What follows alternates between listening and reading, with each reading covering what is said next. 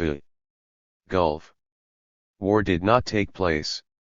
Jean Baudrillard.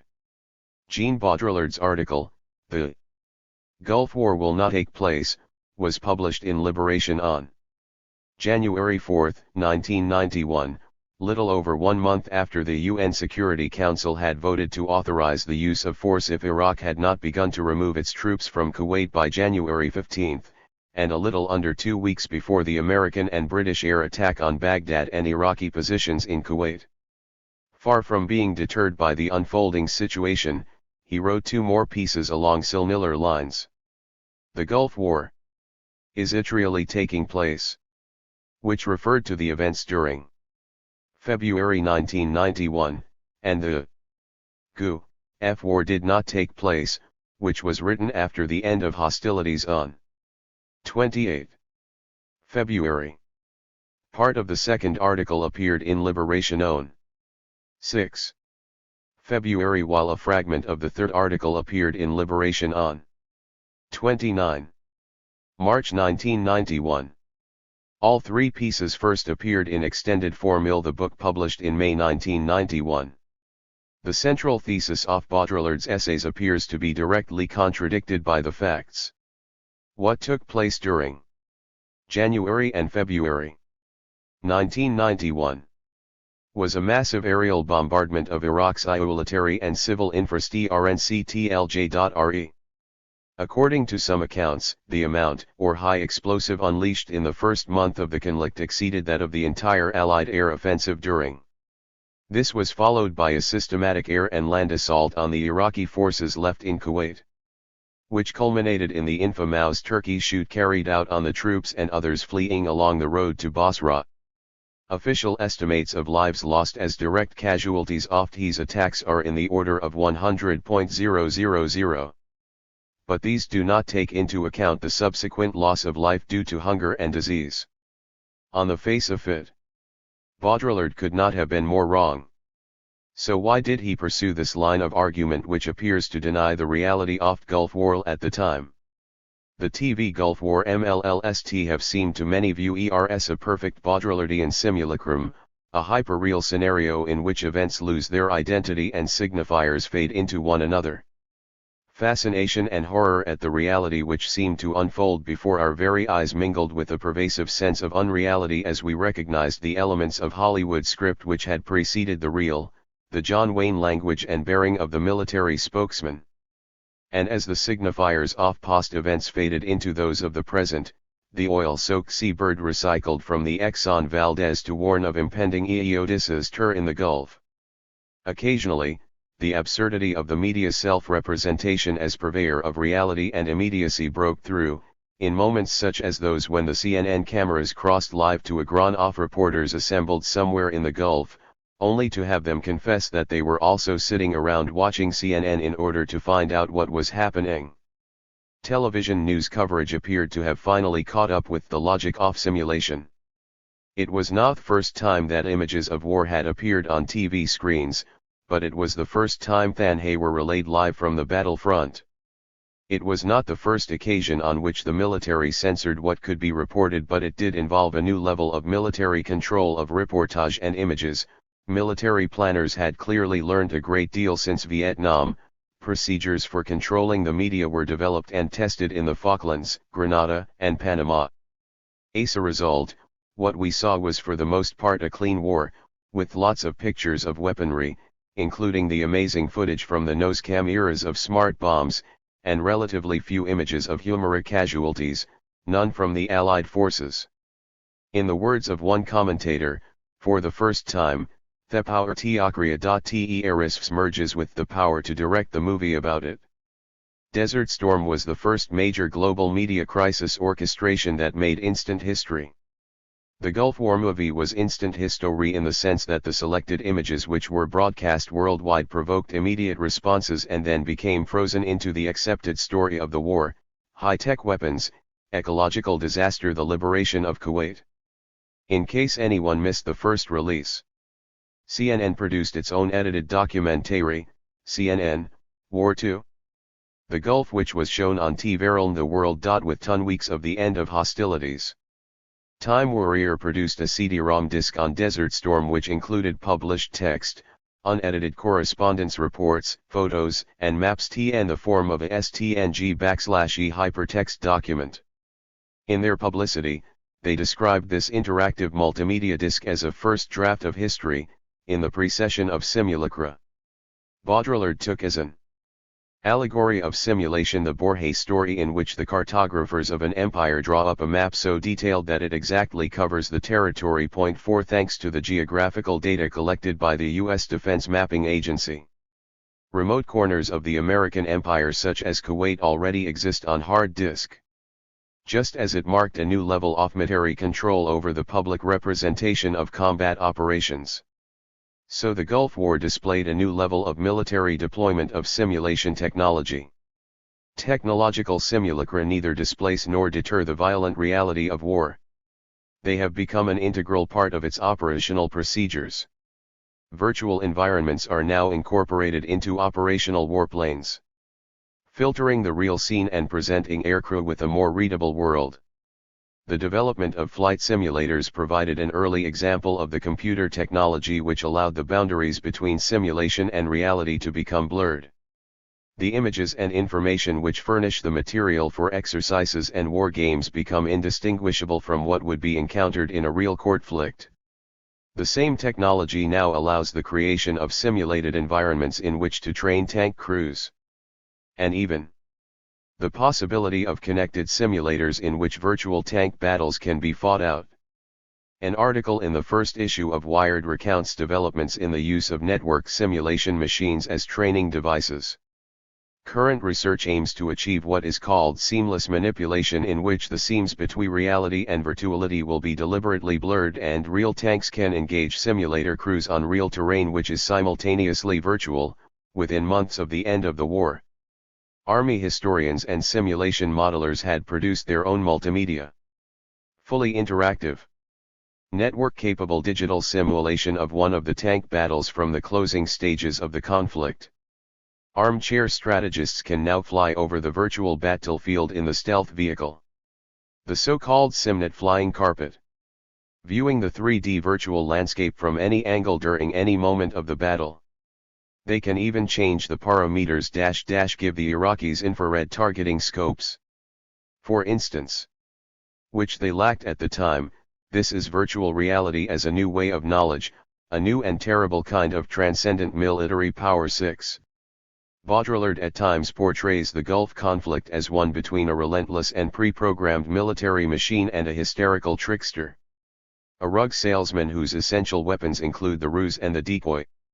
65-6, quite apart from the Orientalist overtones of this image, it underestimates the role played by dissimulation and deception operations within Allied military strategy. Electronic warfare involves new forms of deception by means of electronic interference and falsified signals. In the Gulf, such technological dissimulation was combined with old-fashioned tactical deception maneuvers on the ground.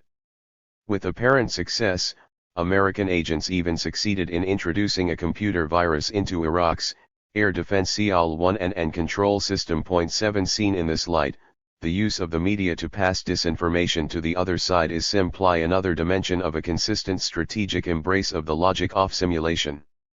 The Gulf War thus witnessed the birth of a new kind of military apparatus which incorporates the power to control the production and circulation of images as well as the power to direct the actions of bodies and machines. It involved a new kind of event and a new kind of power which is at once both real and simulacra. Baudrillard's essays pursue a high-risk writing strategy, courting equally the dangers of contradiction by the facts and self-refutation. They occasionally force the facts to fit their OWIL rhetorical oppositions.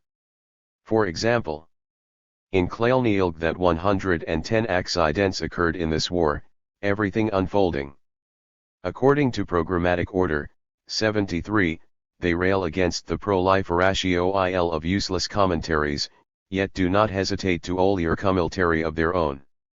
For example, suggesting that there are more tricks to the wily Arab opponent than the Pentagon strategist's suspect. 81, This is Baudrillard as armchair strategist and expert in the stratagems of symbolic exchange. They denounce the emptiness of media event but also seek to endow it with the status of being an exemplary non-event.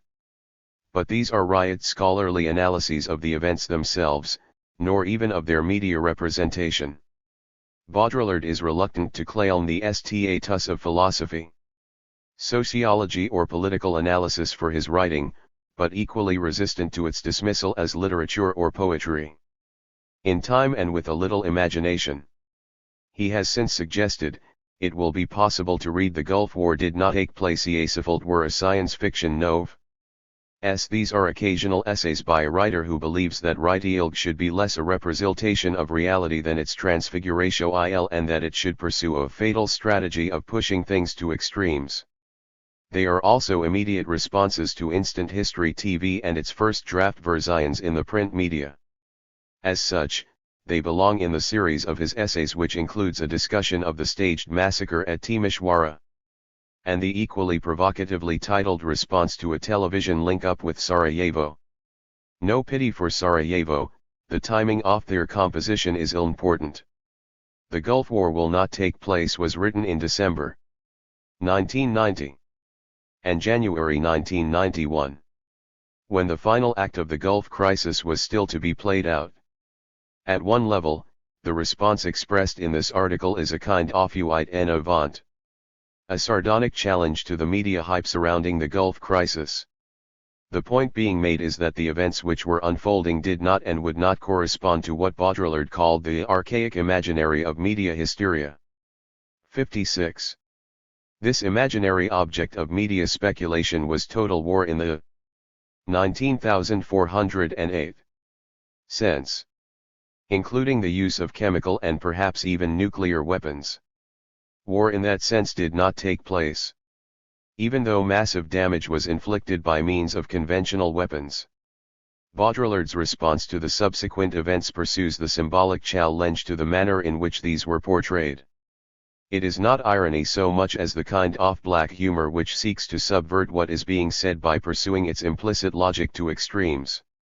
So you want us to believe that this was a clean, minimalist war, with little collateral damage and few allied casualties. Why stop there? War. What war? Rhetoric aside, Baudrillard's first essay is also a response to the question which remained open at the tilde, will there or will there not be war? His answer points to an irony in events themselves which derives from the fact that war itself has become virtual. The hypothesis of the Gulf War will not take place is that the deterrence of war in the traditional sense has been internalized and turned back upon the Western powers, producing a form of self-deterrence which renders them incapable of realizing their own power in the form of relations of force. Under present conditions, Baudrillard argues, the virtual has overtaken the actual. It functions to deter the real event and leaves only the simulacrum of war which will never advance to the use of force. We are no longer in a logic of passage from virtual to actual but in a hyper-realist logic of the deterrence of the real by the virtual. 27. The underlying argument of this initial essay is that the logic of deterrence has transformed the nature of war. Deterrence is a matter of the virtual exercise of power. Action upon the action of the other by immaterial means. It is a means of waging war, but one in which the aim is precisely non-engagement or the avoidance of direct encounter between the parties involved. The Cold War was indeed a war, one that has been fought and won, but increasingly by economic, informational, and electronic means. It was a war fought beyond the principle of deterrence, on the basis of an economic R&D and informational effort to deter any use of material force by the other side. It was one when the Soviet economic and political system could no longer maintain the effort. In the process, Baudrillard suggests, war evolved in a manner parallel to the evolution of capital, just as wealth is no longer measured by the ostentation of wealth but by the secret circulation of speculative capital. So war is not measured by being unleashed but by its speculative unfolding in an abstract, electronic and informational space, the same one in which capital moves. 56. This does not mean that it is unreal in the sense of not having real effects, any more than a capital crisis is unreal because it takes place in the electronic arid informational space of digitalist and networked financial markets. Rather, it means that state-of-the-art military power is now virtual in the sense that it is deployed in an abstract, electronic, and informational space, and in the sense that its primary mechanism is no longer the use of force. Virtual war is therefore not slnj. The image or imaginary representation of real war, but a qualitatively different kind of war, the effects of which include the suppression of war in the old sense. Shortly after the publication of the Gulf War will not take place, the bombing began in earnest. At the end of that essay, Baudrillard offers a reason for undertaking what he calls the stupid gamble of attempting to demonstrate the impossibility of war in the Gulf just at the moment when all the signs were pointing in the direction of its occurrence, namely the stupidity of not doing so. 28. The stupidity in question is that of those critics who uncritically participate in the supposed realism of the information industry, or the stupidity of taking a position for or against the war, without first interrogating the nature and type of reality proper to events such as THBSE. Which unfold in the Gulf and on our TV screens. For Baudrillard, in these essays, it is not a question of being for or against the war. It is a question of being for or against the reality of the war. Analysis must not be sacrificed to the expression of anger. It must be entirely directed against reality, against the evidence, here. Against the evidence of these war. Accordingly, a primary concern of the second essay, the Gulf War, is it really taking place? Is to interrogate the nature of the Gulf War as a media event. This is not a war but a simulacrum of war. A virtual event which is less the representation of real war than a spectacle which serves a variety of political and strategic purposes on all sides. Here, the sense in which Baudrillard speaks of events as virtual is related to the idea that real events lose their identity when they attain the velocity of real-time information, or to employ another metaphor, when they become encrusted with the ioformation which represents them.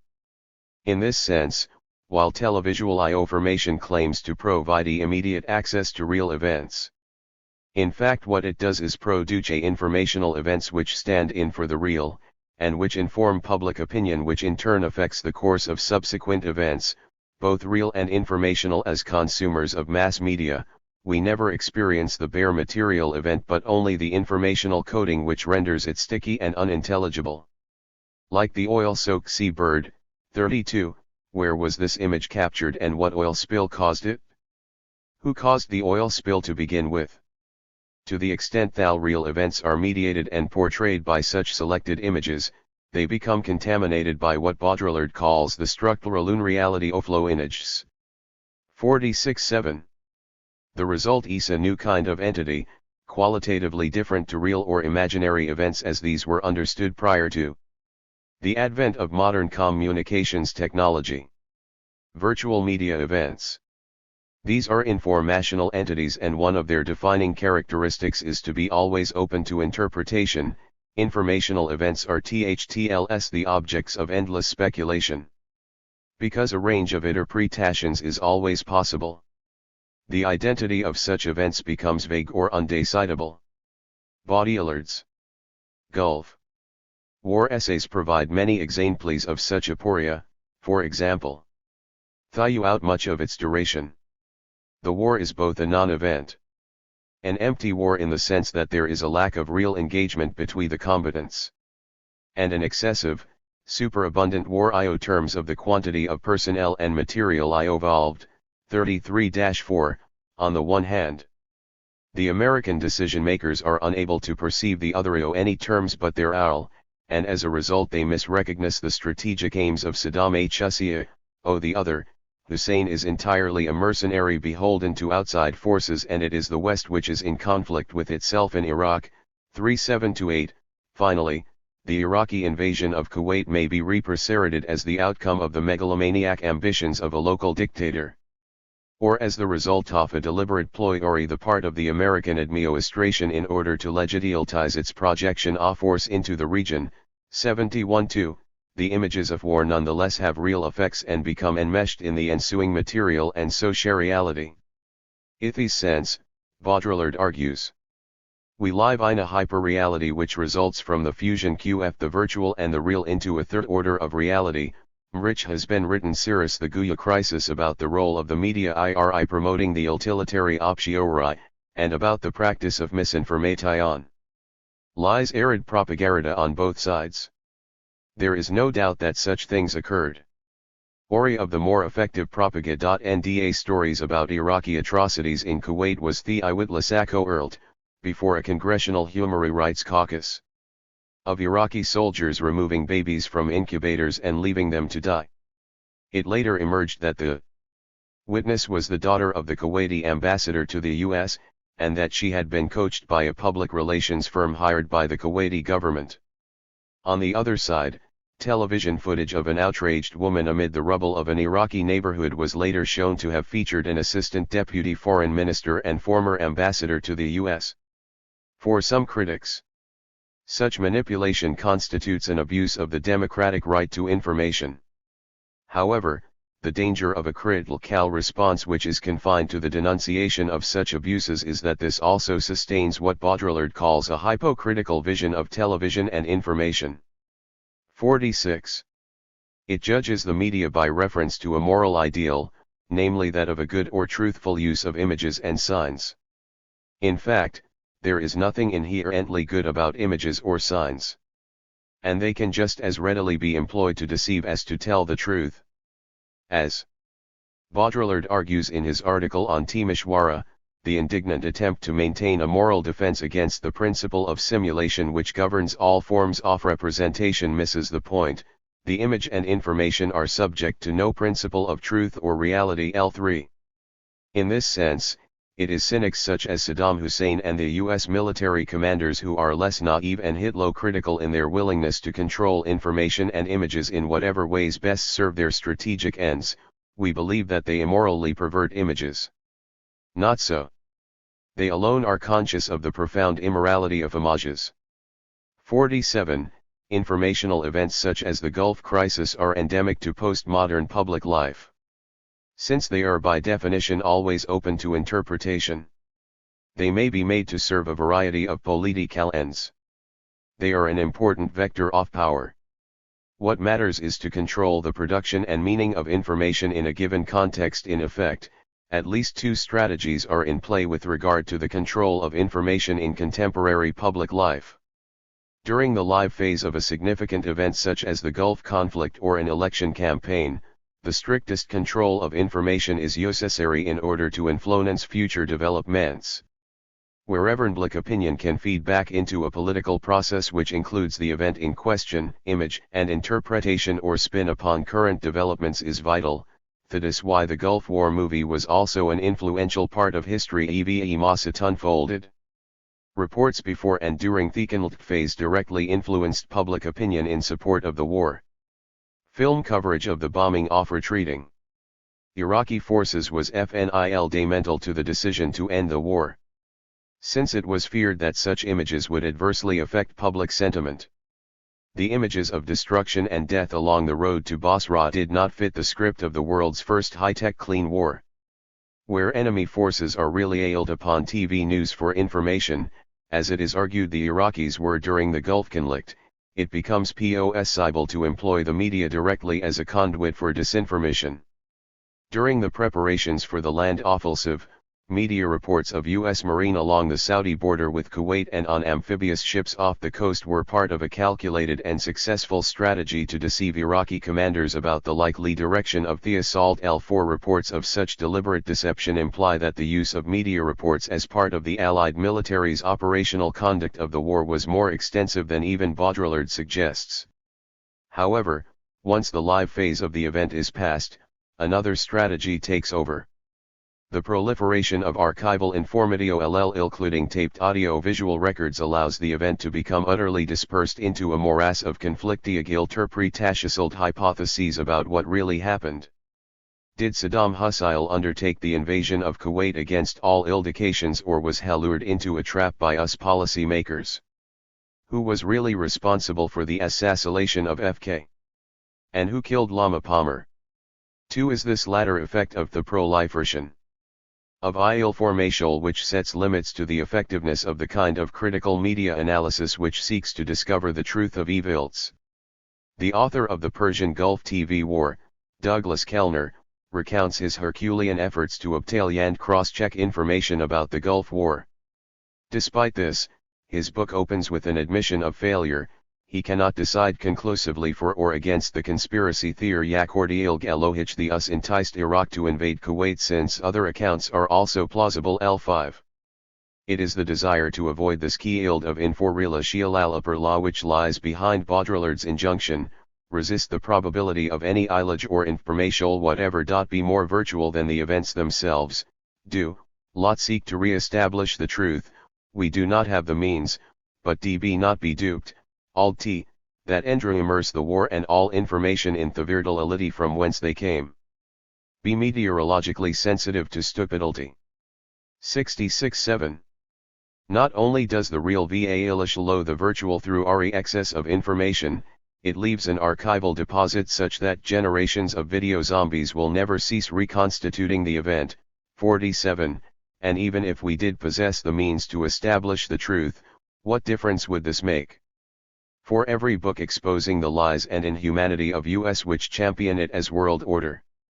Christopher Norris regards Baudrillard's Gulf War essays as a definitive exposure of the intellectual and political bankruptcy of postmodern thought and a demonstration of the depth of ideological complicity that exists between such forms of extreme anti-realist or irrationalist doctrine and the crisis of moral and political nerve which afflicts Western intellectuals. According to Norris, Baudrillard's absurd theses about the war readily accord with a post-modern mood of widespread cynical acquiescence and represent a form of theory. W.Hitch I81IL1 eknip to mount any kind of effective critical resistance. 16. Claims of ideological complicity are notoriously difficult to prove or disprove, but there is little in Baudrillard's essays to suggest acquiescence in either the political and military operations carried out in the Gulf or their portrayal by the media.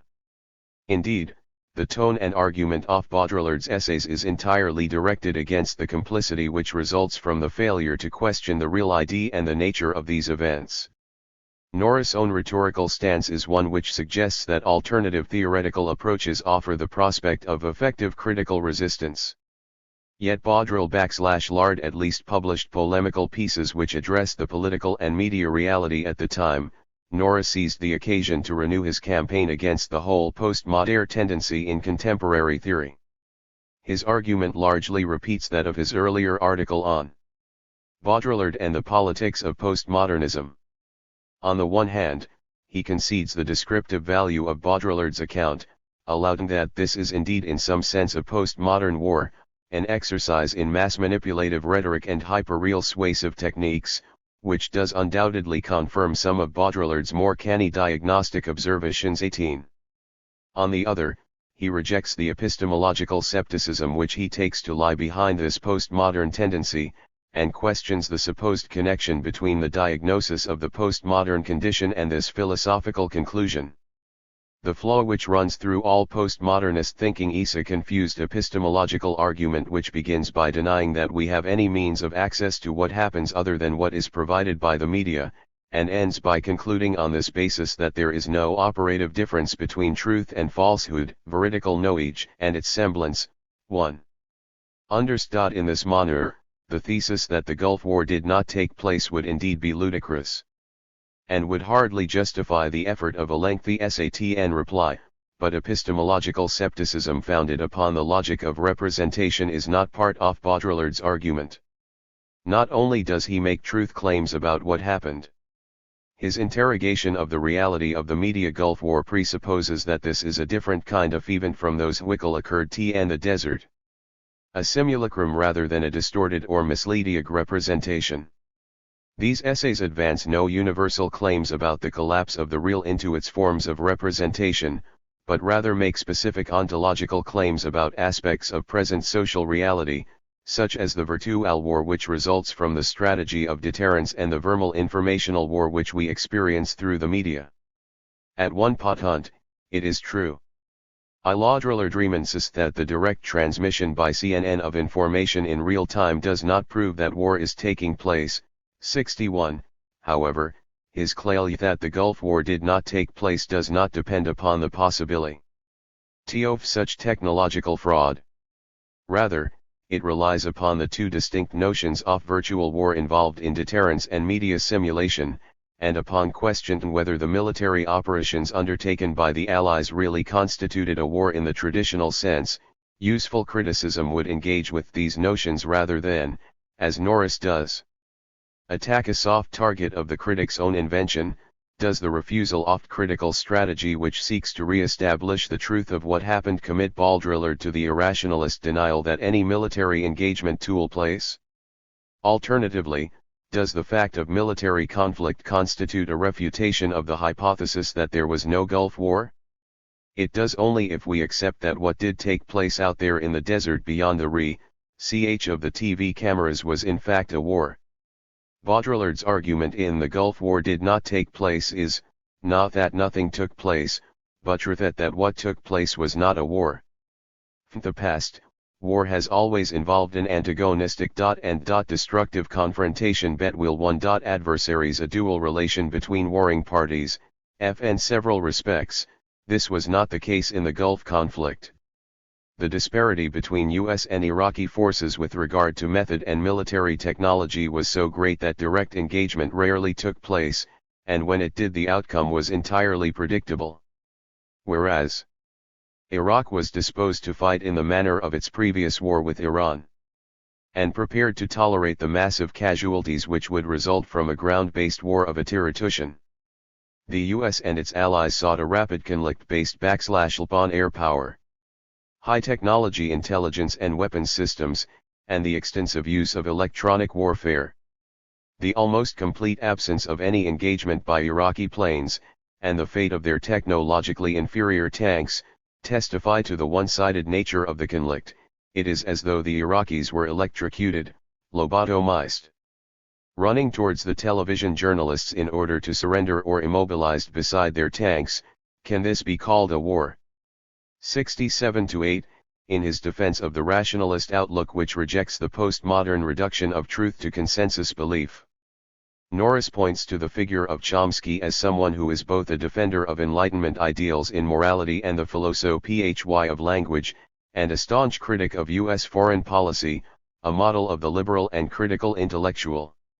Yet Chomsky has also questioned whether what took place in the Gulf in 1990-1 was a war. He writes, "As I understand the concept war, it involves two sides in combat, say, shooting at each other. That did not happen in the Gulf too." He goes on to describe the successive phases of the conflict as involving varieties of state terrorism practiced on both sides, and a form of slaughter practiced by US and UK air and ground forces upon Iraqi soldiers and civilians. Other commentators have argued that the disparity between the aims, methods, and military technology of the two sides was so great that what occurred cannot be considered an adversarial encounter. The imbalance of military means was such that this was not a conflict in which the survival of both sides was in play, but an entirely asymmetrical operation, an exercise in domination rather than an active war. The claim that war itself has become virtual does not mean that military conflicts do not occur. They do, and with increasing frequency and savagery in the New World Order. But these are secondary phenomena, like the persistence of sweatshops alongside fully automated production facilities. They are the consequences of a law of uneven development, located for the most part in a political and military third world, where they do involve first world powers such as the US or UK. It is because they are in conflict with third world forces who do not recognize that the rules of the game have changed, or who, like Saddam Hussein, operate according to different rules. They are police operations rather than wars. In these cases, deterrence breaks down for lack of any common ground, and it is this failure of communication which leads to the use of force. However, the use of force remains carefully circumscribed, a lever of last resort employed only to the extent that is necessary. 10. Bring the recalcitrant party into line. The crucial stake in the Gulf affair, Baudrillard argues, was the subordination of l'Islam to the global order. Our wars thus have less to do with the confrontation of warriors than with the domestication of the refractory forces on the planet. All that is singular and irreducible must be reduced and absorbed. This is the law of democracy and the new world order. 86. This is not war, and even if it were, in the case of the Gulf conflict, it is as though it never happened. The final irony of the several people answered my queries. Discussed the text and read drafts of this translation. In addition to Jean Baudrillard, T would like to thank Rex Butler, Alan Kolodenko, Michael McKinley, and Larb Sadicki for their valuable assistance. R. Ali one especially grateful to Julian Puffin, S. and Jose Borguillo for their careful checking and editing off translation. Whole episode is that, apart from the massive damage and suffering inflicted upon Iraq, and the short-lived political and economic benefits at home, very little changed as a result of the military conflict. The Iraqi regime was allowed to remain intact, and its army permitted to crush the Kurdish and Shiite rebellions. The rights of Kuwait may have been restored, but in exchange for the rights of minorities in Iraq. The image of a just war fought between the forces of freedom and those of tyranny dissolved in the moral ambiguities of the post-conflictual period. The same Americans who had systematically destroyed Iraq's power grid and transport infrastructure now refused to enforce the law of democracy and the New World Order where this would entail intervening in the internal affairs of a sovereign state. From a political point of view, it was no longer clear what had been gained by the sacrifice of so many lives. A perfect semblance of victory for the Americans was exchanged for the perfect semblance of defeat for Iraq. 71. In Hort the Gulf. What did not take place? From the beginning, we knew that this war would never happen. After the hot war, the violence of conflict. After the Cold War, the balance of terror. Here comes the dead war, the unfrozen Cold War, which leaves us to grapple with the corpse of war and the necessity of dealing with this decomposing corpse which nobody from the Gulf has managed to revive. America, Saddam Hussein, and the Gulf powers are fighting over the corpse of war. War has entered into a definitive crisis.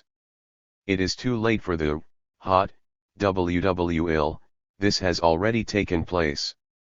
Distilled down the -10 years into the Cold War. There will be no other. It might have been supposed that the defection of the Eastern Bloc would have opened up new spaces of freedom for war by unlocking deterrence. Nothing of the sort. Since deterrence has not come to an end, on the contrary. In the past it functioned as reciprocal deterrence between the two blocs on the basis of a virtual excess of the means of destruction. Today it functions all the more effectively as self-deterrence, total self-deterrence up to and including the self-dissolution of the Eastern Bloc, the profound self-deterrence of American power and of Western power in general, paralyzed by its own strength and incapable of assuming it in the form of relations of force. This is why the Gulf War will not take place. It is neither reassuring nor comforting that it has become bogged in interminable suspense. In this sense, the gravity of the non-event in the Gulf is even greater than the event of war. It corresponds to the highly toxic period which affects a rotting corpse and which can cause nausea and powerless stupor. Here again, our symbolic defenses are weak.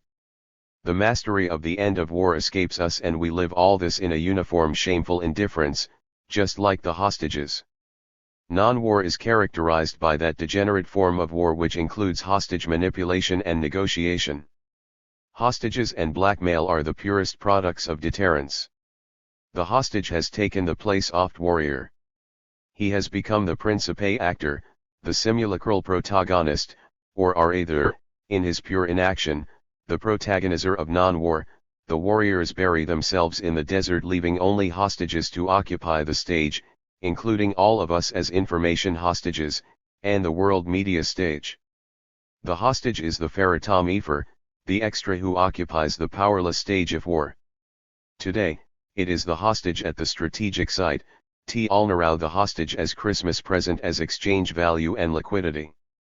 Fantastic deep ayatoshan which was the very Saddam Hussein, even that strong value has we aknjd become the symbol of weak war. Saddam has capitalist off hostage value, after the market in slaves and proletarians, the vulgar merchant off hostage market. Taking the place of the warrior's challenge, hostage value has become synonymous with the debility of war. We are all hostages of media intoxication, induced to believe in the war just as we were once led to believe in the revolution in Romania, and confined to the simulacrum of war as though confined to quarters. We are already all strategic hostages in situ. Our sight is the screen on which we are virtually bombarded day by day, even while serving as exchange value. In this sense, the grotesque vaudeville played by Saddam Hussein is a diversion, at once a diversion of both war and international terrorism. His soft terrorism will at least have put an end to the hard terrorism of Palestinians and others, thereby showing him to be in this as in many other respects the perfect accomplice of West. This impossibility of proceeding to the act, this absence of strategy, implies the triumph of blackmail as strategy. In the case of Iran, there was still a challenge, with Saddam there is only blackmail. Saddam Hussein's abjection lies in his having vulgarized everything. Religious challenge has become fake holy war, the sacrificial hostage a commercial hostage, the violent refusal of the West a nationalistic scam and war an impossible comedy. But we have helped him to do this. By allowing him to believe that he had won the war against Iran, we drove him towards the mirage of a victory against the West. This mercenaries' revolt is indeed the only ironic and pleasing trait of this whole story. Will not take place local and political peripeteias. We have fallen into soft war, into the virtual impossibility of war which translates into the paltry fantasia where adversaries compete in de-escalation, as though the eruption or the event of war had become obscene and insupportable, no longer sustainable, like every real event moreover. Everything is therefore transposed to the virtual, and we are confronted with a virtual apocalypse, a hegemony ultimately much more dangerous than real apocalypse. The most widespread belief is in a logical progression from virtual to actual, according to which no available weapon will not one day be used and such a concentration of force cannot but lead to conflict. However, this is an Aristotelian logic which is no longer our own. Our virtual has definitively overtaken the actual and we must be content with this extreme virtuality which, unlike the Aristotelian, deters any passage to action. We are no longer in a logic of the passage from virtual to actual but in a hyper-realist logic of deterrence of real by the virtual. In this process, the hostages are once extracted like molecules in an experimental process, then distilled one by one in the exchange. It is their virtual death that is at issue, not their real death. Moreover, they never die, at best, they disappear. There will never be a monument to the unknown hostage. Everyone is too ashamed of him. The collective shame which attaches to the hostage reflects the absolute degradation of real hostility, war, into virtual hospitality, Saddam Hussein's guests. The passage to action suffers widespread infamy. Its suppository edly corresponds to a brutal lifting of repression. Thus to aside the Gulf War 26 we are in neither a logic of war nor a logic of peace but in a logic of deterrence which has wounded sway inexorably through 40 years of Cold War to a denouement through our current events, a logic of weak events, to which belong those in Eastern Europe as well as the Gulf War. Peripeteias of an anorexic history. Anorexic war which can no longer devour the enemy because it is incapable of conceiving the enemy as worthy of being challenged or annihilated. And God knows Saddam Hussein is worthy of neither challenge nor annihilation and thus devours itself. It is the de-intensified state of war, that of the right to war under the green light of the UN and with an abundance of precautions and conscience.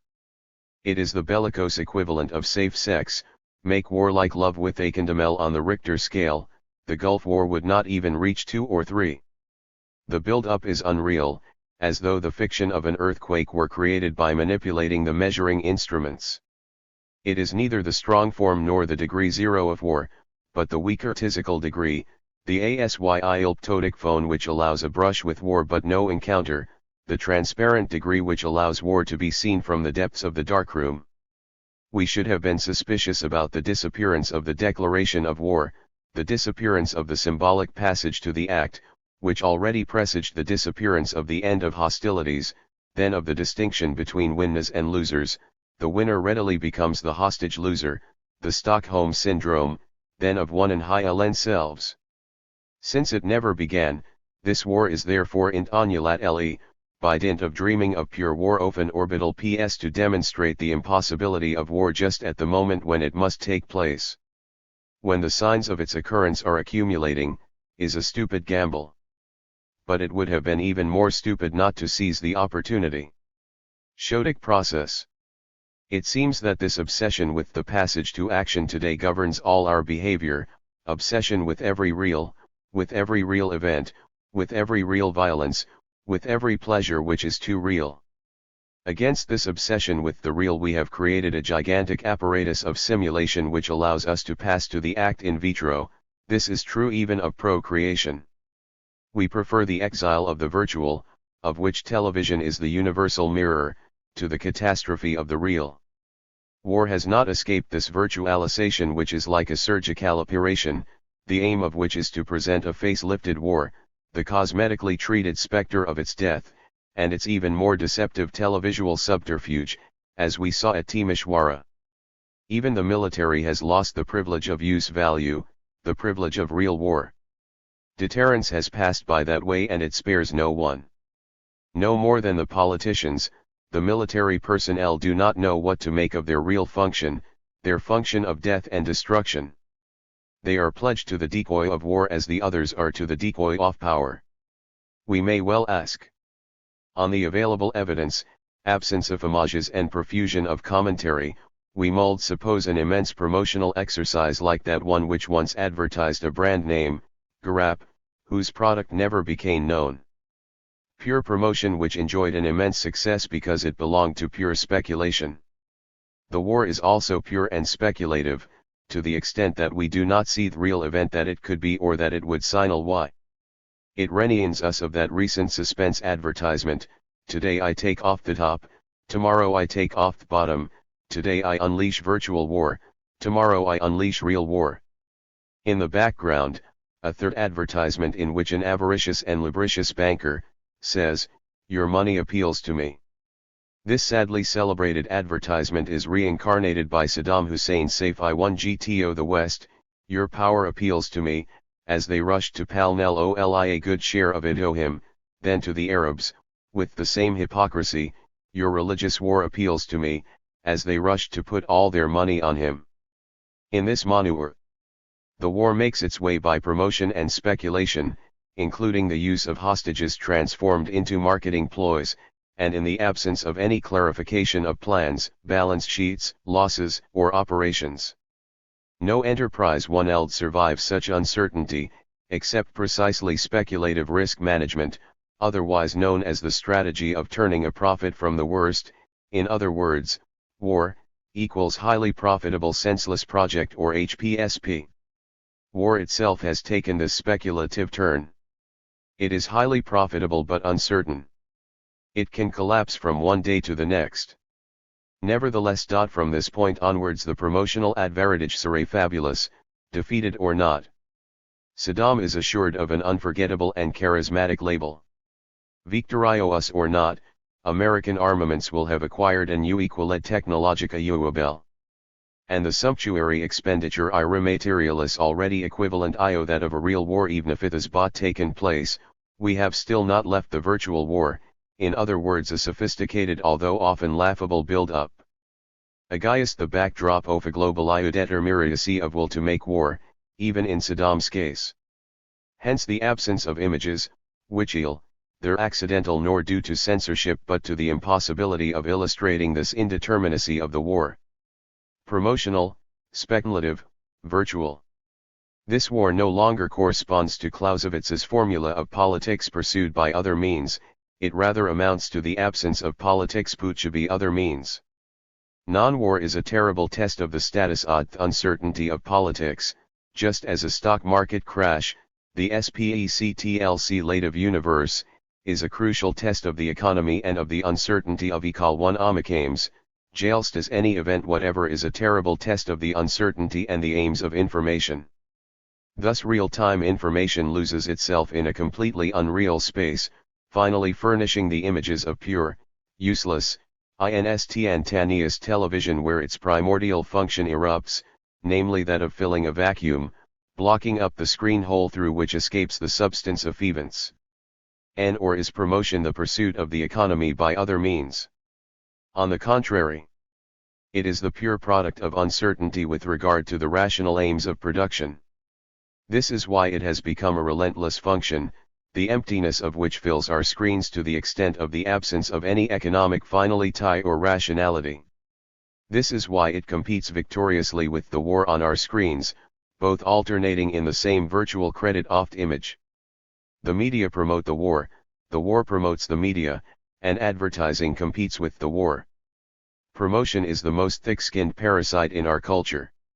It would undoubtedly survive a nuclear conflict. It is au last judgment. But it is also like a biological function, it devours our substance, but it also allows us to metabolise what we absorb, like a parasitic plant or intestinal /Laura, it allows us to turn the world and the violence of the world into a consumable substance. So, war or promotion? The war, along with the fake and presumptive warriors, generals, experts, and television presenters we see speculating about it all through the day, watches itself in a mirror. Am I pretty enough? Am I operational enough? Am I spectacular enough? Am I sophisticated enough to make an entry onto the historical stage? Of course, this anxious interrogation increases the uncertainty with respect to its possible eruption. And this uncertainty invades our screens like a real oil slick, in the image of that blind seabird stranded on a beach ill. The Gulf, which will remain the symbol image of what we all are in front of our screens. In front of that sticky and unintelligible event. Unlike earlier wars, in which there were political aims either of conquest or domination, what is at stake in this one is war itself. Its status, its meaning, its future. It is beholden not to have an objective but to prove its very existence. This crisis of identity affects the existence of us all. In effect, it has lost much of its credibility. Who, apart from the Arab masses, is still capable of believing in it and becoming inflamed by it? Nevertheless, the spectacular drive of war remains intact. In the absence of the greatly diminished will to power, and the problematic will to knowledge, there remains today the widespread will to spectacle. And with it the obstinate desire to preserve its spectre or fiction. This is the fate of religions, they are no longer believed but the disincarnate practice remains. Can war still be saved? Certainly. Iran and Iraq did as much as they could to save the fiction of murderous, fratricidal, sacrificial, and interminable, 1914 style, war. But they were savages and that war forn.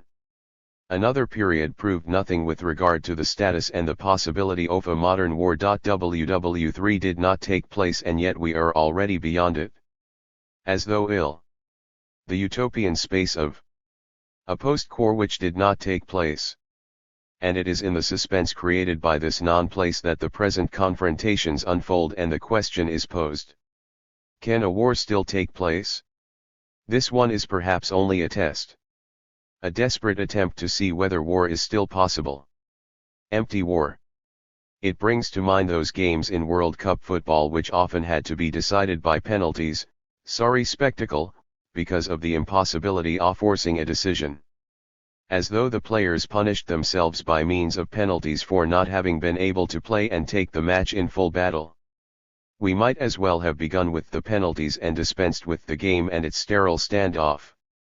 So with the war. It could have begun at the end and spared less the forced spectacle of this unreal where nothing is extern. And which, whatever the outcome, will leave behind the smell of undigested programming all the entire world irritated as though after all Unsuccessful copulation.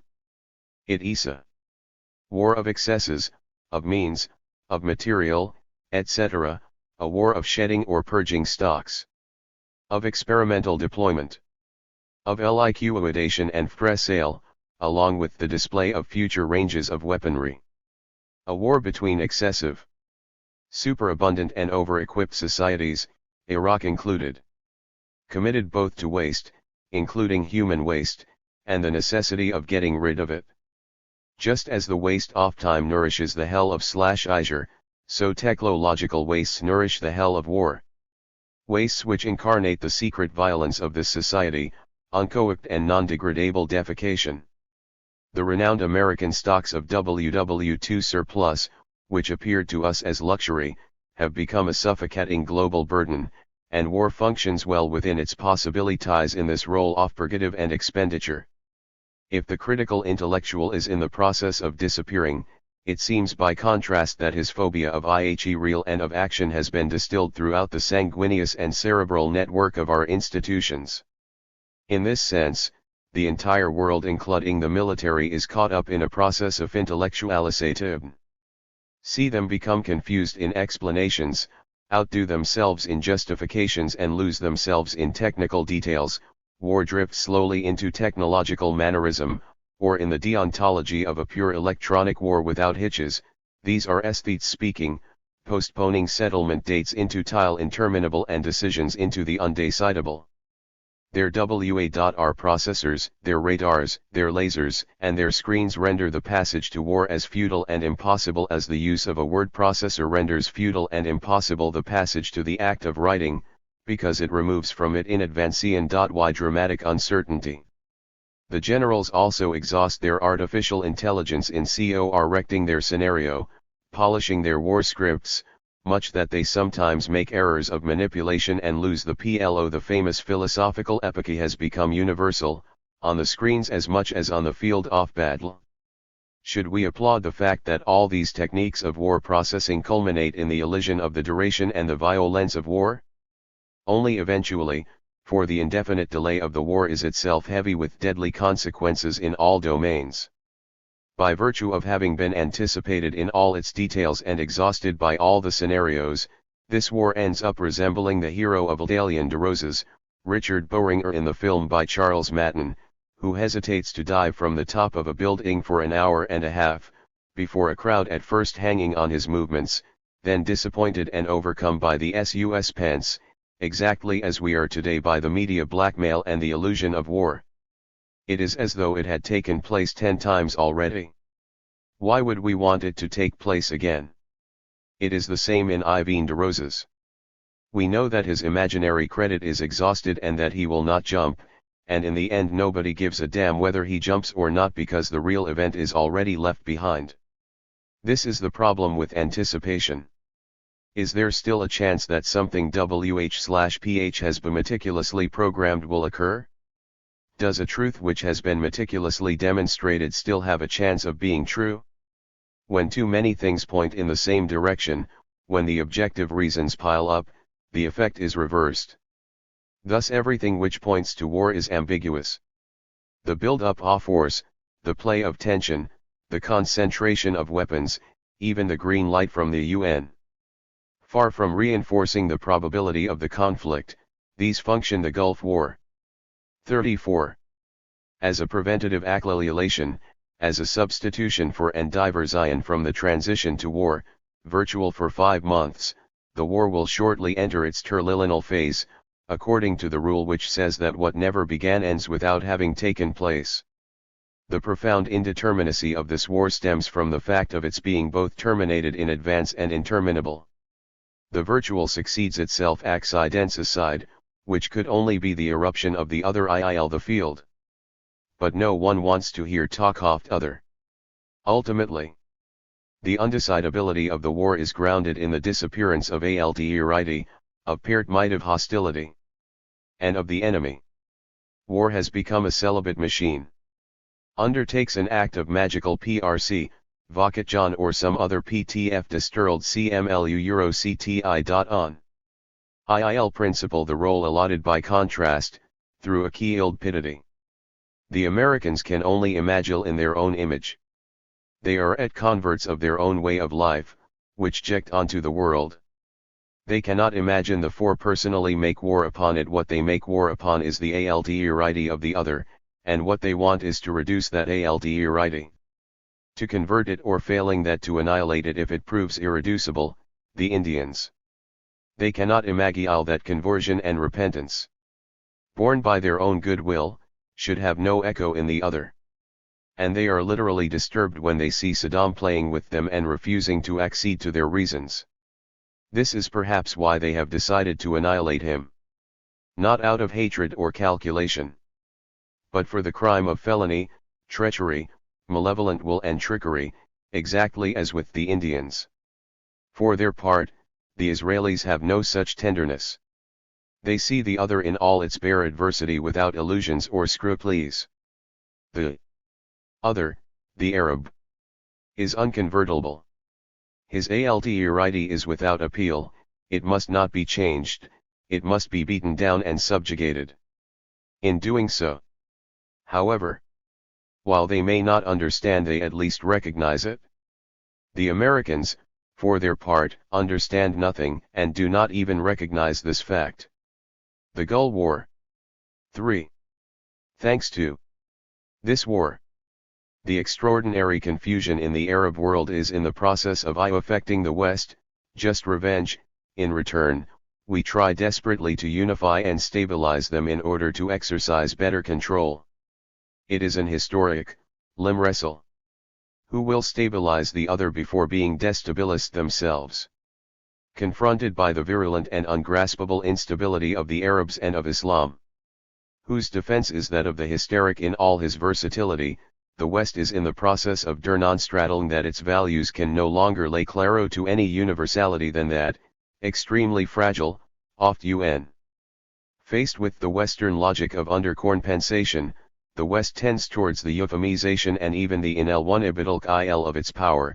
The Oriental logic of Saddam responds. The exhibition of American prisoners on Iraqi TV. Once more the politics of blackmail, of hostages, the humiliation of the USA by the spectacle of those repentants forced to avow symbolically American dishonor. Our own as well, we whom the screens submit to the same violence, that of the battered, manipulated and powerless prisoner, that of forced voyeurism in response to the forced exhibitionism of the Eniages. Along with the spectacle of these prisoners or these hostages, the screens offer us the spectacular, or powerlessness in a case such as this. Information exactly fulfills its role, which is to convince us of our own abjection by the obscenity of what is seen. The forced perversion of the look amounts to the avowal of 11 our own dishonor, and makes repentance of us as well. That the Americans should have allowed themselves to be ridiculed without departing from their own progril and war indicates a weakness in their symbolic detonator. Humiliation remains the worst kind of test. Arrogance, Sadil's the worst kind of conduct, blackmail the worst kind of relationship, arid the acceptance of blackmail the worst kind of dishonor. The fact that this symbolic violence, worse than any sexual violence, should finally have been withstood without flinching testifies to the depth or the unconscious character of Western masochism. This is the Tulio of the American way of life, nothing personal, and they make war in the simultaneous, pragmatically and not symbolically. They thereby expose themselves to deadly situations which they are unable to confront, but perhaps they accept this in expiation of their power. In all equivalence whi after all symbolic. The Gulf War, 38. It is not an important match which is being played at the Gulf, between Western hegemony and the challenge from the rest of the world. It is the West in conflict with itself, by means of an interposed mercenary, after having been in conflict with Islam, Iran, also by means of an interposed Sadafur. Saddam remains the fake enemy.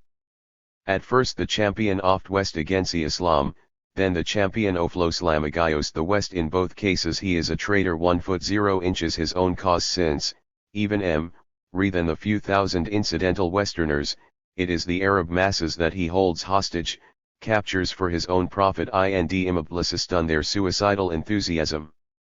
It is moreover towards Christmas, at the very moment when he frees the hostages, thereby skillfully stroking the Westerners with the same demagogy that he strokes the children in front of TV, that he launches his call to the Arab people on the Holy What. It is thus a mistake to think that he would contribute to the unification of the Arab world and to honor Hinel for that. In fact, he only did it to hoodwink them, to make them work for him, to deceive them once again and to render them powerless. People like him are necessary from time to time in order to channel eruptive forces. They serve as a penalty or an artificial purgative. It is a form of deterrence, certainly a Western restraint GY, but one of which Saddam, in his pride and his stupidity, is a perfect executanel. He who loves decoys so much is himself no more than a decoy, and his elimination can only demystify this war by putting an end to that objective complice which itself is no decoy. But, for this very reason, is the West determined to nate him? Two intense images, two or perhaps three scenes which all concern disfigured forms or costumes which correspond to the masquerade of this war, the CNN journalists with their gas masks in the Jerusalem studios, the drugged and beaten pursuers repenting on the screen of Iraqi TV, and perhaps that seabird covered in oil and pointing its blind eyes towards the Gulf sky. It is a masked narrative of information. Branded faces delivered over to the prostitution of the image of an unintelligible distress. No images of the field of battle, but images of masks, of blind or defeated faces, image's falsification. It is not war taking place over there but the disfiguration of the world. There is a profound scorn in the kind of clean war which renders the other powerless without destroying ill's flesh, which makes it a point of honor to disarm and neutralize but no kill. In a sense, it is worse than the other kind of war because il spares life. I use like humiliation. By taking less than life it is worse than taking life. There is undoubtedly a political error here, insofar as it is acceptable to be defeated but not to be put out of action. In this manner, the Americans inflict a particular insult by not making war on the other but imply alienating him, the same as one would by not bargaining over the price of an object and thereby refusing any personal relationship with the vendor. The one whose price you accept without discussion despises you. The one whom you disarm without seeing is insulted and must be avenged. There is ps something of this in the presentation of those humiliated captives on television. It is in a sense to say to America, you who do not wish to, just as the psychical or the screen of the psyche transforms every illness into a symptom, there is no organic illness which does riot fli1d its meaning elsewhere, in an interpretation of the ailment on another level. All the symptoms pass through a sort of black box in which the psychic images are jumbled and inverted. The illness becomes reversible, ungraspable, escaping any form of realistic medicine. So war, when il has been turned into information, ceases to be a realistic war and becomes a virtual war, in some way symptomatic. And just as everything psychical becomes the object of interminable speculation, so everything which is turned into information becomes the object of endless speculation, the silo of total uncertainty. We are left, will the symptomatic reading on our screens of the effects of the war, or the effects of discourse about the war, or completely speculative strategic evaluations which are analogous to those evaluations of opinion provided by polls. In this Maudotner, we have gone in a week from 20% to 50% and then to 30% destruction of Iraqi military potential. The figure fluctuates exactly like the fortunes of the stock market. The land offensive is anticipated today, tomorrow, in a few hours. In any case, Semetir Lethi's week, the clearly conditions are ideal for a confrontation, etc. Whom to believe? There is nothing to believe. We must learn to read symptoms as symptoms, and television as the hysterical symptom of a war which has nothing to do with its critical mass. Moreover, it does not seem to have to reach its critical mass but remains in its inertial phase. See us, we will show you what you are like. While the implosion of the apparatus of information along with the accompanying tendency of the rate of information to fall seems to reinforce the implosion of war itself, with its accompanying tendency oft-rate off confrontation to fall. Information is like an unintelligent missile which never finds its target, nor, unfortunately, its anti-missile, and therefore crashes anywhere or gets lost in space on an unpredictable orbit in which it eternally revolves as junk. Information is only ever an erratic missile with a fuzzy destination which seeks its target but is drawn to every decoy. It is itself a decoy. In fact, it scatters all over the environs and the result is mostly nil. The utopia of a targeted promotion or target information is the same as that oft-targeted missile.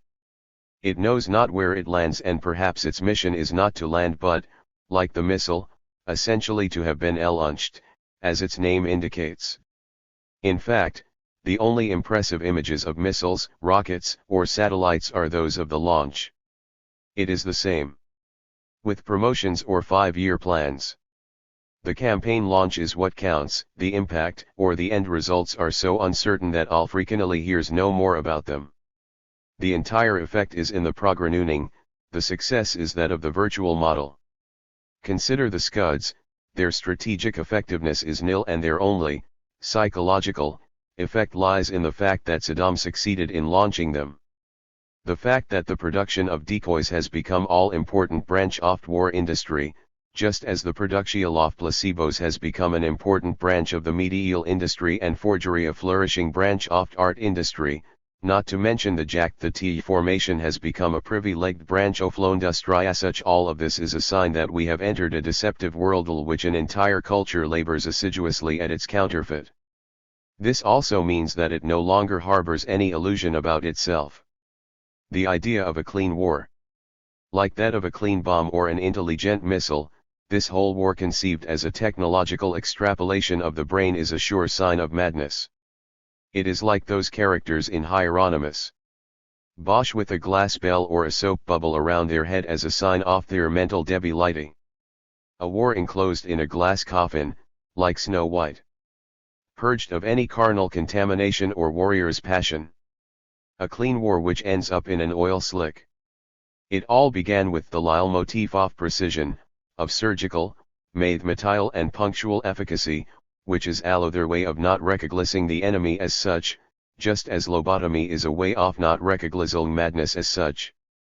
And then all that technical virtuosity finished up in the most ridiculous uncertainty.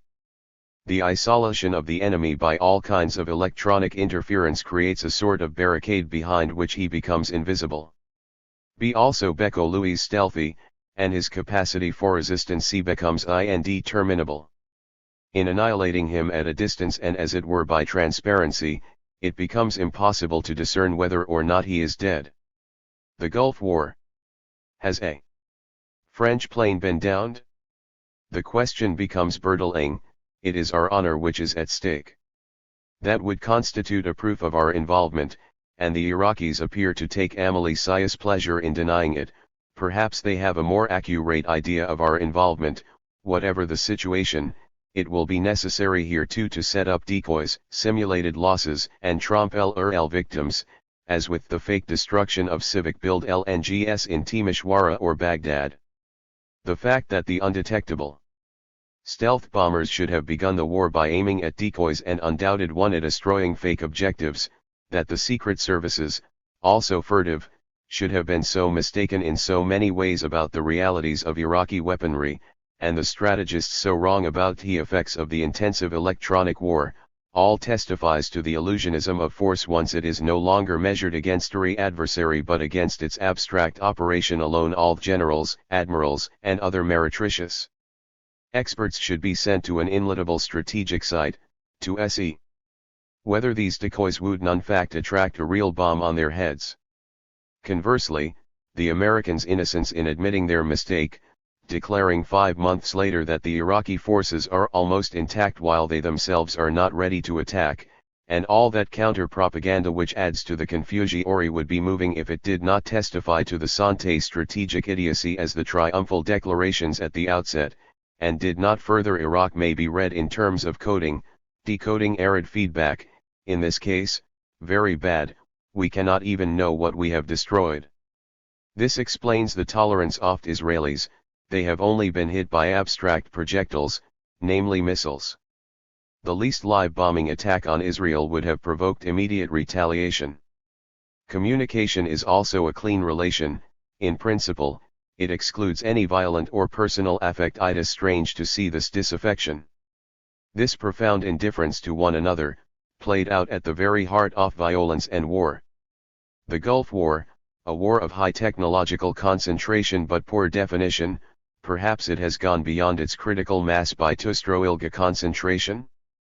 Fine illustration of the communication schema in which emitter and receiver on opposite sides of the screen connect with each other. Instead of messages, it is missiles and bombs which fly from one side to the other, but any zonal relation is altogether absent. Thus an aerial attack. The French supplied the planes arid the nuclear power stations, the Russians the tanks, the English the Uildergrold bunkers and runways, the Germans the gas, the DNTCH the gas masks, while the Italians supplied the decoy equivalents of everything: tanks, bunkers, inletable bombers, missiles with artificial thermal emissions, etc. Before so many marvels, one is drawn to compete in diabolical imagination. Why not false gas masks for the Palestinians?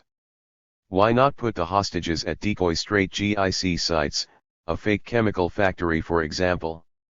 Never any acting out, or passage to action, but simply acting. Roll cameras.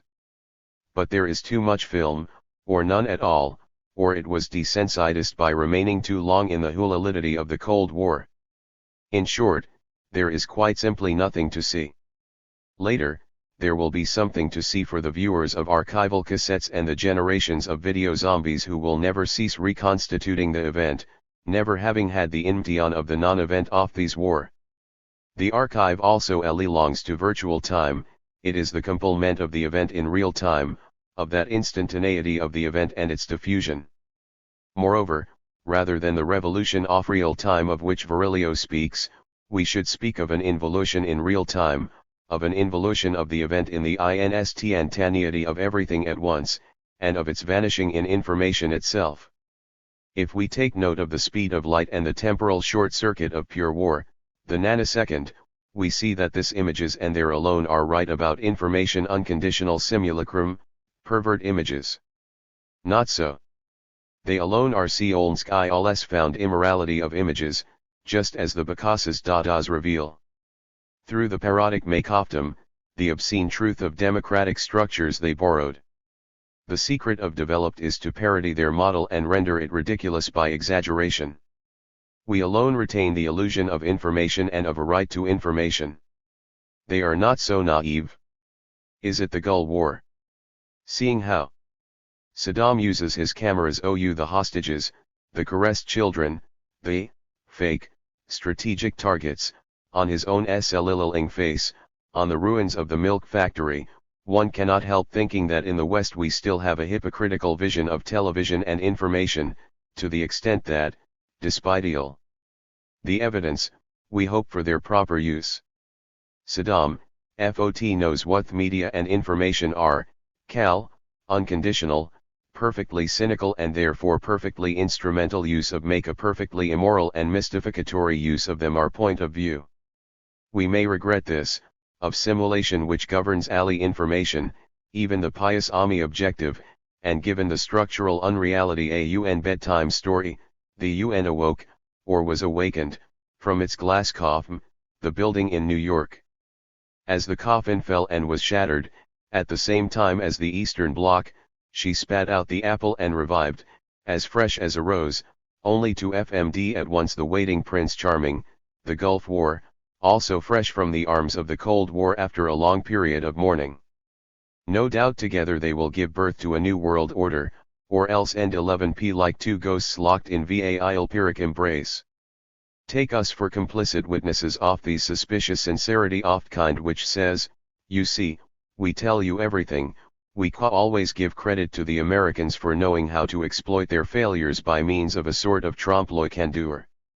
Involution precipitates us precisely into the virtuality of war. And not into its reality, it precipitates us into the absence of war. Must we denounce the speed of light? Utopia of real time which renders the event simultaneous at all points on the globe. In fact, what we live in real time is not the event, but rather in larger than life, in other words, in the virtual size of the image, i.e. spectacle of the degradation of the event and its spectral evocation, the spiritualism of information. Event, are you here? Gulf. War, are you there, in the commentary, gloss, and verbose mise en scene of talking heads which only underlines the impossibility of the image and the correlative unreality of the war. It is the same aporia as that of cinema verite which seeks to short-circuit the unreality of the image in order to present us the truth of the object. In this manner, CNN seeks to be a stethoscope attached to the hypothetical heart of the war, and to present us with its hypothetical pulse. But this auscultation only provides a confused ultrasound, undecidable symptoms, and an assortment of vague and contradictory diagnoses. All that we can hope for is to see them die live, metaphorically of course, in other words that some event or other should overwin the information instead of information inventing the event and commenting artificially upon it. The only real information revolution would be this one, but it is not likely to occur in the near future. It would presuppose a reversal of the idea we have of information. In the meantime, we will continue with the involution and incrustation of the event in and by information, and the closer we approach the live and real time, the further we will go in this direction. The same illusion of progress occurred with the appearance of speech and then color on screen. At each stage of this progress we moved further away from the imaginary intensity of the image. The closer we supposedly approach the real or the truth, the further we draw away from them both, since neither one nor the other exists. The closer we approach the real time of the event, the more we fall into the illusion of the virtual God. Save us from the illusion of war. At a certain speed, the speed of light, you lose even your shadow. At a certain speed, the speed of information, things lose their sense. There is a great risk of announcing, or denouncing, the apocalypse of real time, when it is precisely at this point that the event volatilizes and becomes a black hole from which light no longer escapes. War implodes in real time, history implodes in real time. All communication and all signification implode in real time. The apocalypse itself, understood as the arrival of catastrophe, is unlikely. It falls prey to the prophetic illusion. The world is not sufficiently coherent to lead to the apocalypse. Nevertheless, in confronting our opinions on the war with the diametrically opposed opinions of Paul Virilio, one of us betting on apocalyptic escalation and the other on deterrence and the indefinite virtuality of war, we concluded that this decided strange war went in both directions at once. The war's programmed escalation is relentless and its non-occurrence no less inevitable. The war proceeds at once towards the two dreams of Doppeldenskalion and deterrence. The war and the non-war. The Gulf War. 48. There is a degree of popular goodwill in the micro-panic distilled by the airwaves. The public ultimately consents to be frightened, and to be gently terrorized by the bacteriological scenarios, on the basis of a kind of effective patriotism, even while it preserves a fairly profound indifference to the war. But it censors this indifference, on the grounds that we must not cut ourselves off from the world scene, that we must be mobilized at least as extras in order to rescue war. We have no other passion with which to replace it. It is the same with political participation under normal circumstances. This is largely second-hand, taking place against a backdrop of spontaneous indifference. It is the same with God. Even when we no longer believe, we continue to believe that we believe. In this hysteria take place at the same time with the same period of deployment and suspense and the same possibilities of de-escalation or maximal increase. What is most extraordinary is that the two hypotheses, the apocalypse of real time and pure war along with the triumph of the virtual over the real, are realized at the same time in the same space-time, each in implacable pursuit of the other. It is a sign that the space of the event has become a hyperspace with multiple refractivity, and that the space of war has become definitively non-Euclidean. and that there will undoubtedly be no residential solution of this situation, we will remain in the undecidability of war, which is the undecidability created by the unleashing of the two opposed principles. Soft war and pure war go boating. Chevenement to the desert, morituri te salutant. Ridiculous. France with its old Jaguars and its presidential slippers. Capillion on television, the benefit of this war will have been. By the force of the media, this war liberates an exponential mass of stupidity, not particular stupidity of war, which is considerable, but the professional and functional stupidity of those who pontificate in perpetual commentary on the event. All the Bavards and Pakuchits for hire, the would-be raiders of the lost image, the CNN types and all the master singers of strategy and information who make NS experience the emptiness of television as never before, these way.r, Iternust besaid, constitutes a merciless test. Fortunately, no one will hold this expert or general or that intellectual for hire to account for the idiocies or absurdities proffered the day before, since these will be erased by those of the following day. In this manner, every one is amnestied by the ultra-rapid succession of phony events and phony discourses. The laundering of stupidity by the escalation of stupidity which reconstitutes a sort of total innocence, namely the innocence of washed and bleached brains stupefied not by the violence but by the sinister insignificant CEOLTHE images. Cal replacement function, we identify at once those who are superfluous. And they are many, by contrast, the few who advance the hypothesis of this profound indifference will be received as traltors, the Gulf War. 50. To recycle our military leaders on television. One shudders at the thought that in another time, in a real war, they were operational on the battlefield. Iraq is being rebuilt even before it has been destroyed. ITER sales service. Such anticipation reduces even further the credibility of the war, which did not need this to discourage those who wanted to believe in it. Imbroglio. That pacifist demonstration in Paris, thus indirectly for Saddam Hussein. Who does what war, and against the French government which does not want it. And which from the outset gives all the seagulls off refusing to take part, or off doing so reluctantly. Sometimes a glimmer of black humor. The 12,000 coffins sent along with the arms and ammunition. Here too, the Americans demonstrate their presumption. Their projections and their losses are without common measure. But Saddam challenged them with being incapable of sacrificing 10,000 men in a war. They replied by sending 12,000 coffins. The overestimation of losses is part of the same megalomaniac light show as the publicized deployment of Desert Shield and the orgy of bombardment. The pilots no longer even have AI targets. The Iraqis no longer even have enough decoys to cater for the incessant raids. The same target must be bombed 5 times. Mockery. The British artillery unleashed Lord 24 hours. Long since there was nothing left to destroy.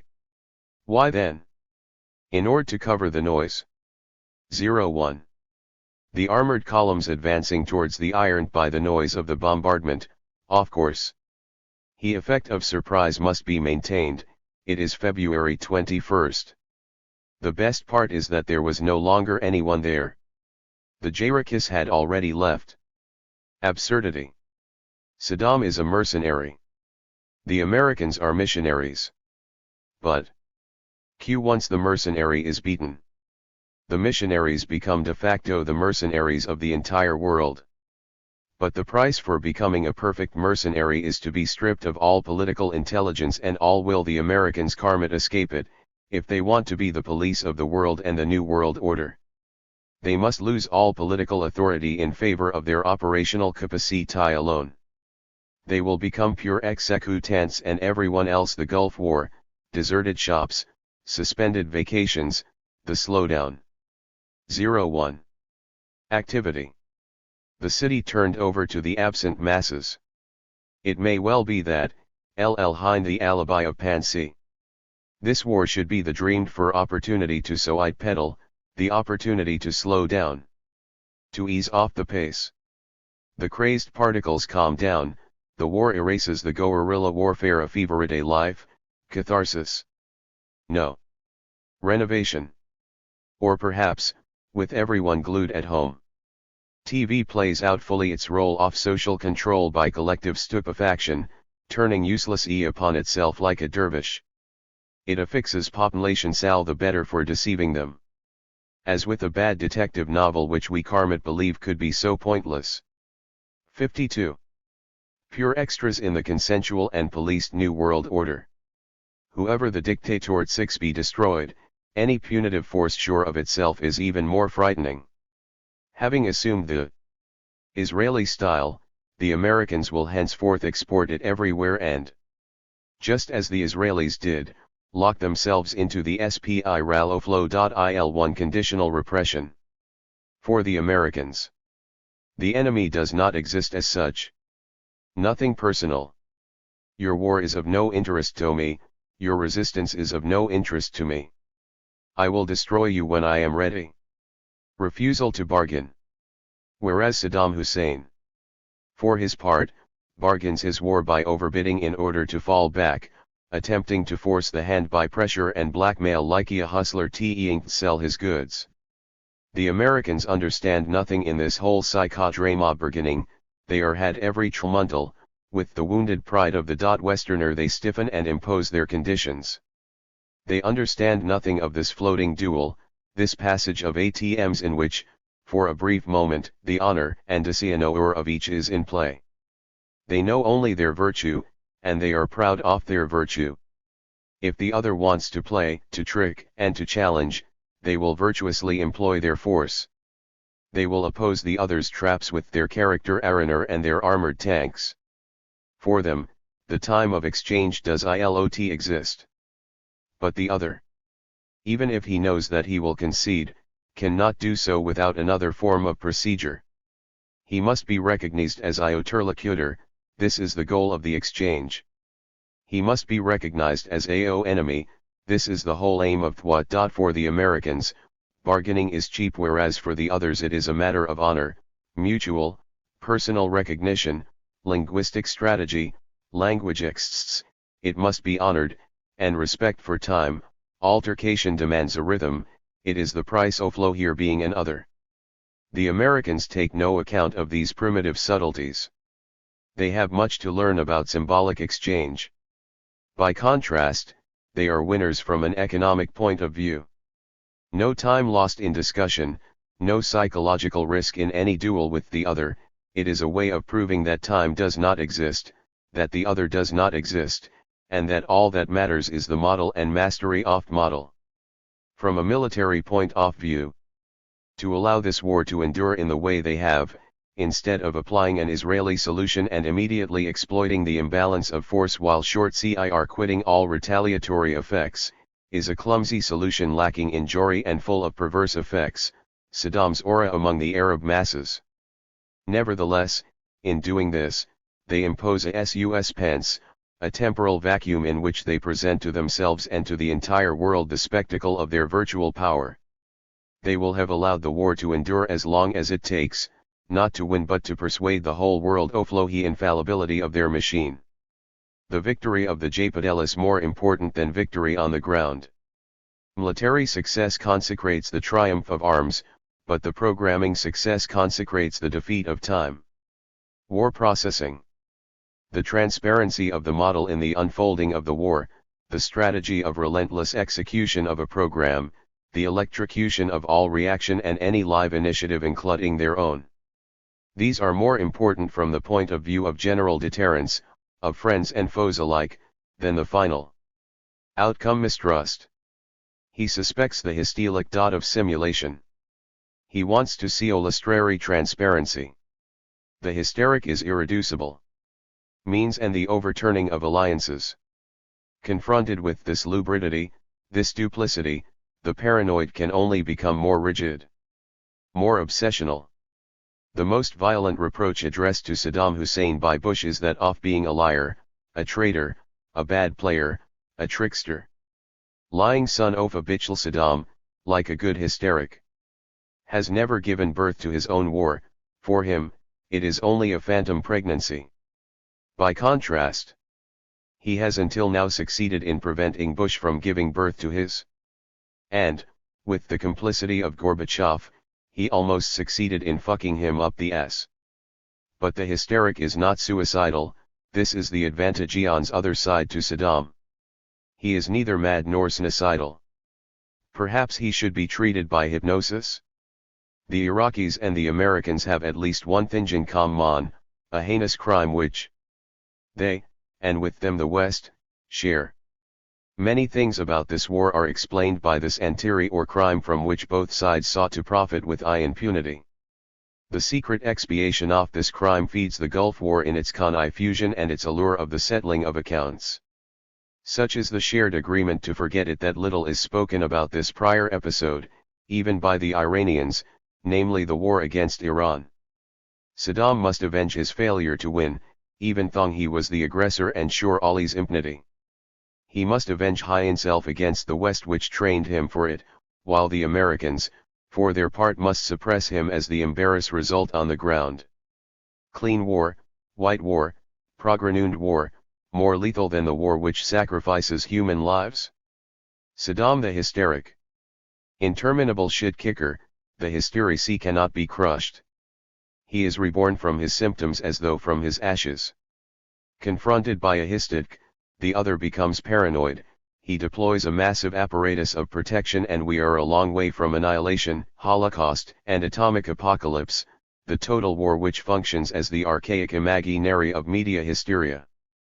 On the contrary, this kind of previous anticipative, deterrent and punitive war is a warning to everyone not to take extreme measures and inflict upon themselves what they ain't licked on others, the missionary complex, the rule of the game that says everyone must remain within the limits of their power and not make war by any means whatever. Power must remain virtual and exemplary, in other words, virtuous. The decisive test is the planetary apprenticeship in this regulation. Just as wealth is no longer measured by the ostentation of wealth but by the secret circulation of speculative capital, so war is not measured by being waged but by its speculative unfolding in an abstract, electronic and informational space, the same space in which capital moves.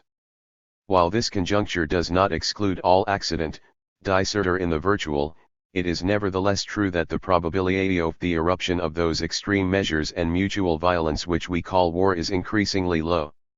Ing accomplice in that criminal act. For any government official or despot, power over his own people takes precedence over everything else. In the case of the Gulf War, this provides the only chance of a solution or a de-escalation. Saddam will prefer to concede rather than destroy his internal hegemony or sacrifice his army, etc. In this sense, sheltering his planes in Iran is a good sign, rather than an offensive sign. It is the ploy of a burglar who stashes his haul in order to retrieve it when he comes out of prison. Thus an argument against any heroic or suicidal intention.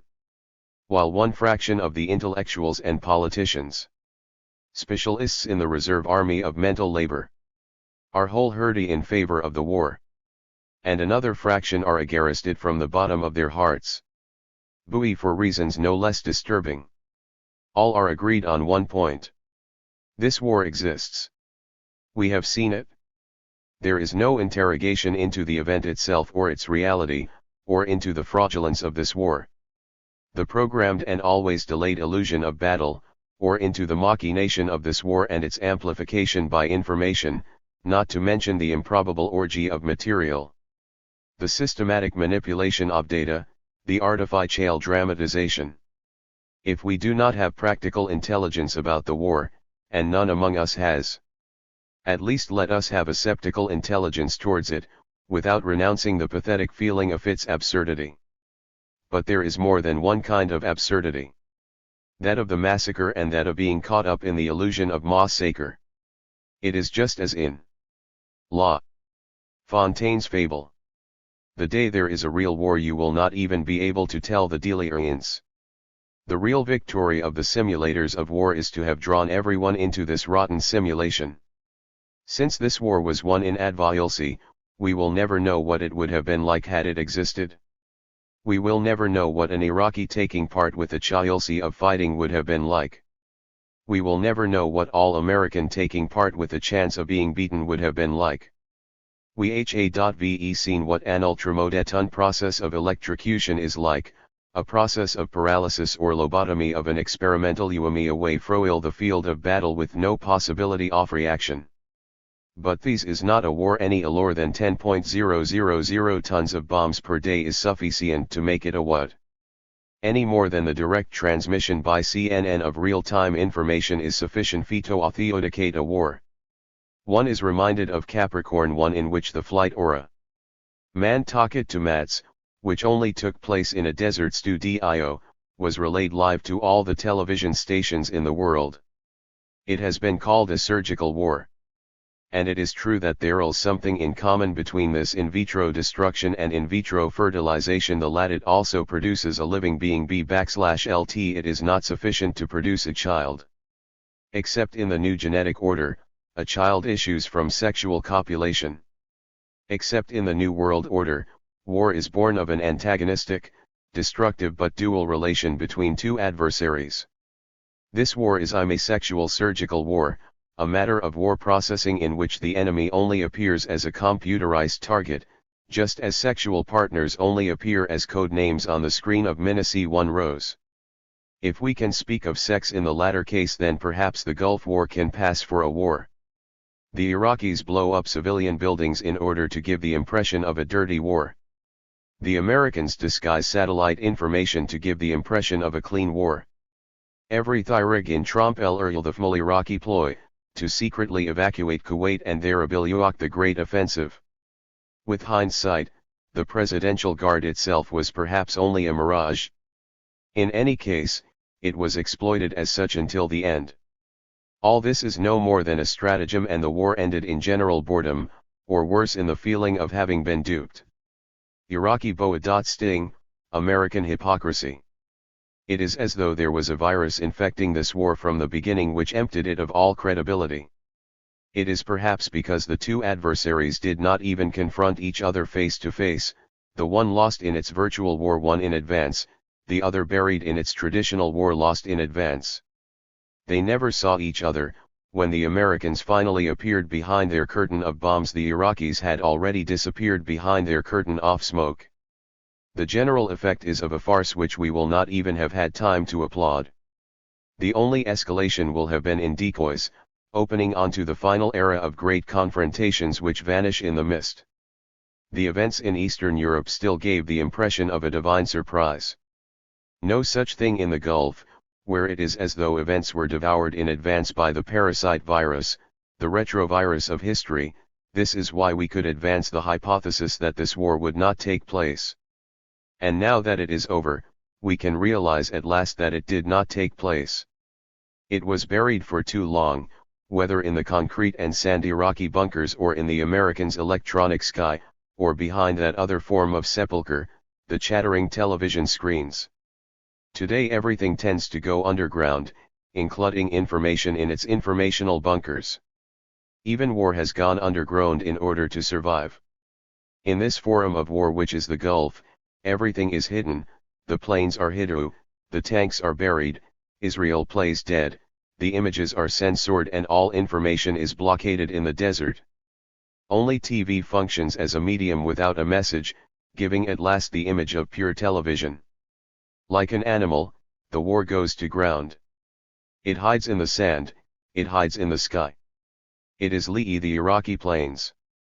It knows that it has no chance if it surfaces. It awaits its hour, which will never come. The Americans themselves are the vectors of this catalepsy. There is no question that the war came from their plan and its programmed unfolding. No question that, in their war, the Iraqis went to war. No question that the other came from their computers. All reaction, even on their part, as we saw in the episode of the prisoners, which should have produced a violent. Saddam constructed his entire war as a decoy, whether deliberately or not. Including the decoy of defeat, which even more reaction. All reaction against the program. All improvisation is abolished, even the Israelis were muzzled. What is tested here in this foreclosure of the enemy, this experimental reclosion of war, is the future validity for the entire planet of this type of suffocating and machinic performance, virtual and relentless in its unfolding. In this perspective, war could not take place. There is no more room for war than for any form of living impulse. War stripped of its passions, its phantasms, its finery, its veils, its violence, its images, war stripped bare by its technicians even, and then reclothed by them with all the artifices of electronics, as though with a second skin. But these two are a kind of decoy that technology sets up before itself. Saddam Hussein's decoys still aim to deceive the enemy, whereas the American technological decoy only aims to deceive itself. The first days of the lightning attack, dominated by this technological mystification, will remain one of the finest bluffs, one of the finest collective mirages of contemporary history, along with Timisoara. We are all accomplices in these phantasmagoria. It must be said, as we are in any publicity campaign, in the past, the unemployed constituted the reserve army of capital. Today, in our enslavement to information, we constitute the reserve army of all planetary mystifications. Didnot place resembles a hysterical syncope of the type. Peekaboo, I am no longer there'll, but the Americans also construct their affairs a decoy, like a parabolic mirror of their own power, taking no account of what was before them, or hallucinating those opposite to be a threat of comparable size to themselves. Otherwise they would not even have been able to believe in their own victory. Their victory itself, in the form of a Tritai up high decoy, echoes the Iraqi decoy of defeat. Ultimati. Both were accomplices as thick as thieves. And we were collectively abused. This is why the war remains indefinable and ungraspable. All strategy having given way to stratagem. One of the two adversaries is a rug salesman, the other an arms salesman. They have neither the same logic nor the same strategy. Even though they are both crooks, there is not enough communication between them to enable them make war upon each other. Saddam will never fight, while the Americans will fight against a fictive double on screen. They see Saddam as he should be, a modernist hero, worth defeating, the fourth biggest army in the world. Saddam remains a rug salesman who takes the Americans for rug salesmen like himself. Stronger than he but less gifted for the scam. He hears nothing of deterrence. For there to be deterrence, the must be communication. It is a game of rational strategy which presupposes real-time communication between the two adversaries, whereas in this war there was never communication at any moment, but always dislocation in time. Saddam evolving in a long time, that of blackmail, of procrastination, false advance, of retreat. The recurrent time of the 1001 Nights, exactly the inverse of real time. Deterrence in fact presupposes resist the probability of any image or information whatever. Be more virtual than events themselves. Do not seek to re-establish the truth. We do not have the means, but let be duped, and to that end re-immerse the war and all information in the finally. Who could have rendered more service to everyone, in such a short time at such little cost, than Saddam Hussein? He reinforced the security of Istad, reflux of the Intifada, revival of world opinion for Israel, assured the glory of American arms, gave Gorbachev a political chance, opened the door to Iran and Shiism, relaunched the UN, etc., all for free since he alone paid the price of blood. Can we conceive of so admirable a man, and he did not even fall? He remains a hero for the Arab masses. It is as though he were an agent of CIA disguised as Saladin. Did not take place virtuality from whence they come. Turn deterrence be against itself. Be meteorologically sensitive to stupidity. In the case of this war, it is a question of the living illustration of an implacable logic which renders us incapable of envisaging any hypothesis other than that of its real occurrence. The realist logic which lives on the illusion of the final result. The denial of facts is never one of them. The final resolution of an equation as complex as a war is never immediately apparent in the war. It is a question of seizing the logic of its unfolding, in the absence of any prophetic illusion. To be for or against the war is idiotic if the question of the very probability of this war, its credibility or degree of reality has not been raised even for a moment. All political and ideological speculations fall under mental deterrence, stupidity. By virtue of their immediate consensus on the evidence they feed the unreality of this war, they reinforce its bluff by their unconscious stupidity. The real warmongers are those who live on the ideology of the veracity of this war, while the war itself wreaks its havoc at another level by trickery, hyperreality, simulacra, and by the entire mental strategy of deterrence which is played out in the facts and in the images, in the anticipation of the real by the virtual, of the evility by virtual time, and in the inexorable confusion of the two. All those who understand nothing of this involuntarily reinforce this halo of bluff which surrounds us. It is as though the Iraqis were electrocuted, lobotomized, running towards the television journalists in order to surrender or immobilized beside their tanks, not even demoralized.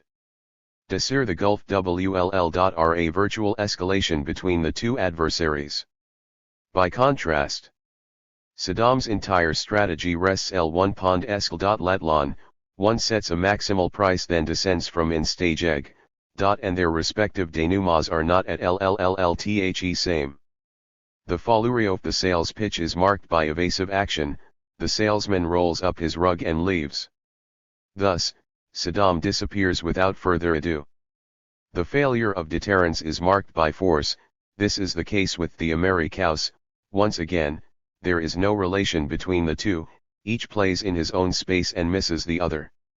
We cannot even say that the Americans defeated Saddam, he defaulted on them, he dnescalated and they were not able to escalate sufficiently to destroy him.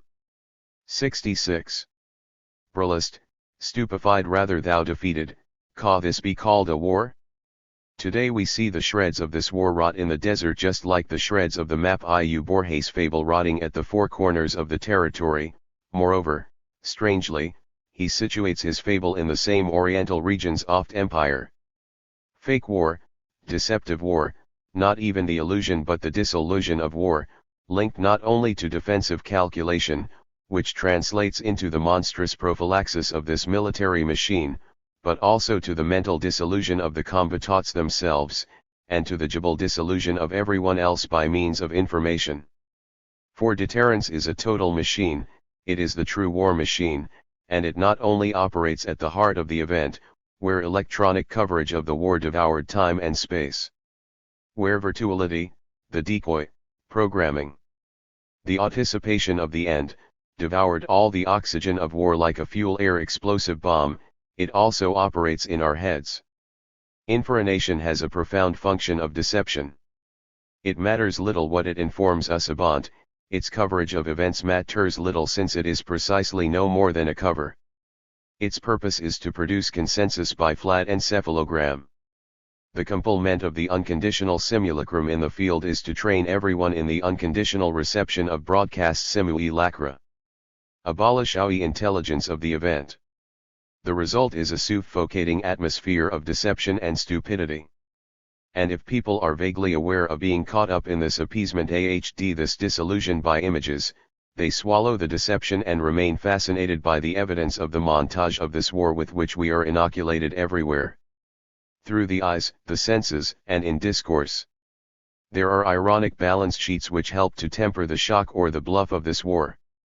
ASF-ILPL calculation shows that of the 500,000 American soldiers involved during the 7 months of operations in the Gulf, 3 times as many would have died from road accidents alone had they stayed in civilian life.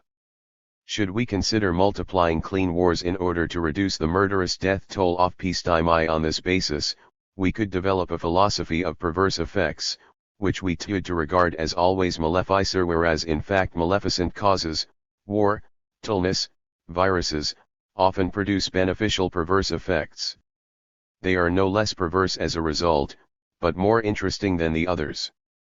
In particular because it has been a matter of principle never to study them. Except for Maudeville, of course, in the fable of the bees, where he shows that every society prospers on the basis of its vices. But the course of events has drawn us further and further away from intelligence of these order. An example, deterrence itself. It only functions well between equal forces. Ideally, each party should possess the same weapons before agreeing to renounce their use. It is therefore the dissemination of atomic weapons alone which can ensure effective global deterrence and the indeternizes zero pension of war. The present politics of non-dissemination plays with fire. There WTLL always be enough madmen to launch an archaic CLIAI inch below the level of an atollic riposte -- wit. Nes Saddam, things being as they are, we should place shoulder hopes in the spread of weapons rather than in their, never respected, lilitation. Here too, the beneficial perverse effect of dissemination should be taken into account. We should esca. The Gulf War did not take place late in the virtual, of destruction, under penalty of de-escalating in the real. This is the paradox of deterrence. It is like information, culture, or other material and spiritual goods. Only their profusion renders them indifferent and neutralizes their negative perverse effects. Multiply vices in order to ensure the collective good. That said, the consequences of what did not take place may be as substantial as those of an historical event. The hypothesis would be that, in the case of the Gulf War as in the case of the events in Eastern Europe, we are no longer dealing with historical events but with places of collapse. Eastern Europe saw the collapse of communism, the construction of which had indeed been an historic event, born by a vision of the world and a utopia. By contrast, its collapse is born by nothing and bears nothing, but only opens onto a confused desert left vacant by the retreat of history and immediately invaded by its refuse. The Gulf War is also a place of collapse, a virtual and meticulous operation which leaves the same impression of a non-event where the unitary confrontatio fell short and where no political power proved itself. The collapse of Iraq and Stilparak, of the Arab world are the consequences of a confrontation which did not take place and which undoubtedly never could take place. But this non-war in the form of a victory also consecrates the Western political collapse throughout the Middle East, incapable even of eliminating Saddam and of Milk or imposing anything apart from this new desert and poles order called world order. As a consequence of this non-event and living proof of Western political weakness, Saddam is indeed still there, once again what he always was, the mercenary of the West, deserving punishment for not remaining in his place, but also worthy of continuing to gas the Kurds and the Shiites since he had the tact not to employ these weapons against those Western dogs, and worthy of keeping his presidential guard since he had the heart to not sacrifice them in combat. Miraculously, they were thought to have been destroyed, the presidential guard recovers all its valor against the insurgents. Moreover, it is typical of Saddam to prove his combativity and ferocity only against his internal enemies, as with every true dictator, the ultimate end of politics, carefully masked elsewhere by the effects of democracy, is to maintain control of one's own people by any means, including terror. This function embodied by dictatorships that off being politically revealing and at the same time an alibi for democracies, no doubt explains the inexplicable weakness of the LFL-1GE powers towards them. Saddam liquidates the communists, Moscow flirts even more with him, begasses the Kurds, it is not held against him, he eliminates the religious cadres, the whole of Islam makes peace with him, whence this RO impunity? Why are we content to inflict a perfect semblance of military defeat upon him in exchange for a perfect semblance of victory for the Americans? This ignominious remounting of Saddam, replacing him il the saddle. After his CLOWIL Akhtath head of the Holy War, clearly shows that on all sides the war is considered not to have taken place. Even the last phase of this armed mystification will have changed nothing, for we can see that the Western powers dreamt of an Islamic perestroika, on the newly formed model of Eastern Europe, democracy irresistibly establishing itself in those countries conquered by the forces of good. The Arab countries will be liberated, the peoples cannot but want to be liberated, and the women of Saudi Arabia will have the right to drive. Alazal, this is not to be. What a job Saddam has done for the Americans, from his combat with Iran up to this full-scale debacle. Nevertheless, everything is ambiguous since this collapse removes any demonstrative value from American power, along with any belief in the Western ideologies of modernity, democracy, or secularity, of which Saddam had been made the incarnation in the Arab world. 100,000 Iraqi dead will only have been the final decoy that Saddam will have sacrificed, the blood money paid in forfeit according to a calculated equivalence, in order to conserve his power. What is worse is that these dead still serve as an alibi for those who do not want to have been excited for nothing, nor to have been had for nothing. At least the dead would prove that this war was indeed a war and not a shameful and pointless hoax, a programmed and melodramatic version of what was the drama of war. Marx once spoke of this second, melodramatic version of a primary event, but we can rest assured that the next soap opera in this genre will enjoy an even fresher and more joyful credulity. 73. Did not take place. No accidents occurred in this war, everything unfolded according to programmatic order, in the absence of passional disorder. Nothing occurred which would have metamorphosed events into a duel. The conquered have not been convinced and have withdrawn, leaving the victors only the bitter taste of an unreal made-to-order victory. Defeat can also be a rival bid and a new beginning, the chain of implication never stops. The eventual outcome is unpredictable and certainly will not be reckoned in terms of freedom. Even the status of the deaths may be questioned, on both sides. The minimal losses of the coalition pose a serious problem, which never arose in any earlier war. The paltry number of deaths may be cause for self-congratulation, but nothing will prevent this figure being paltry.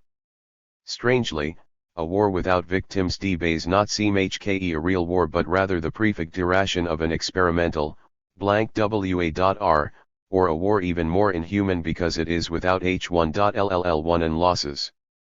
No heroes. On the other side, either, where death was most often that of sacrificed extras, left a cover in the trenches of Kuwait, or civilians serving as bait and martyrs for the dirty war. Disappeared, abandoned to their lot, in the thick fog of war, held in enter contempt by their chief, without even the collective glory of a number, we do not know how many they are. Along with the hostage or the repentant, the figure of the Gulf War disappeared has become emblematic in our political universe. Before, there were the dead and traitors. Now there are the disappeared and the repentant. Both blanks. Even the dead are blanks. We have already buried Thetun, they can no longer be counted, Dixit Schwarzkopf. At Timisoara, there were too many of them, here there are not enough, but the effect is the same. The non-will to know is part of the non-war. Lies and shame appeared throughout this war like a sexually transmitted disease. Blank out the war. Just as Kuwait and Iraq were rebuilt before they were destroyed, so at every phase of this war things unfolded as though they were virtually completed. It is not for lack of brandishing the threat of a chemical war, a bloody war, a world war, everyone had their say as though it were unnecessary to give ourselves a fright, to maintain everyone in a state of erection for fear of seeing the flaccid member of war fall down. This futile masturbation was the delight of elite TVs. Ordinarily we denounce this kind of behavior as emphatic or as empty and theatrical affectation. Why not denounce an entire event when idols affected by the same hysteria? In many respects, this war was a scandal of the same type as Timisoara, not so much the war itself but the manipulation of minds and blackmail by the scenario. The worst scandal being the collective demand FOT intoxication, the complicity of all in the effects of war, the effects of reality and falsity and esperancy in this war. We could almost speak of media harassment along the lines of sexual harassment. Alas! The problem always remains the same and it is insoluble: where does real violence begin, where does consenting violence end? Bluff and information serve as aphrodisiacs for war, just as the corpses at Tlemcenoura and their global diffusion served as aphrodisiacs for the Roman Lari Revolution. But, ultimately, what have you got against aphrodisiacs? Nothing, so long as orgasm is attained. The media mix has become the prerequisite to any orgasmic event. We need it precisely because the event scapes.us, because ekpuvicci or tescapes us.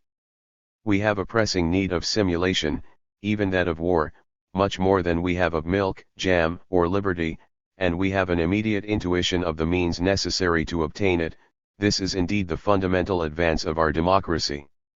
The image function, the blackmail function, the information function, the speculation function. The obscene aphrodisiac function fulfilled by the decoy of the event, by the decoy of war. Drug function. We have neither need of nor the taste for real drama or real war.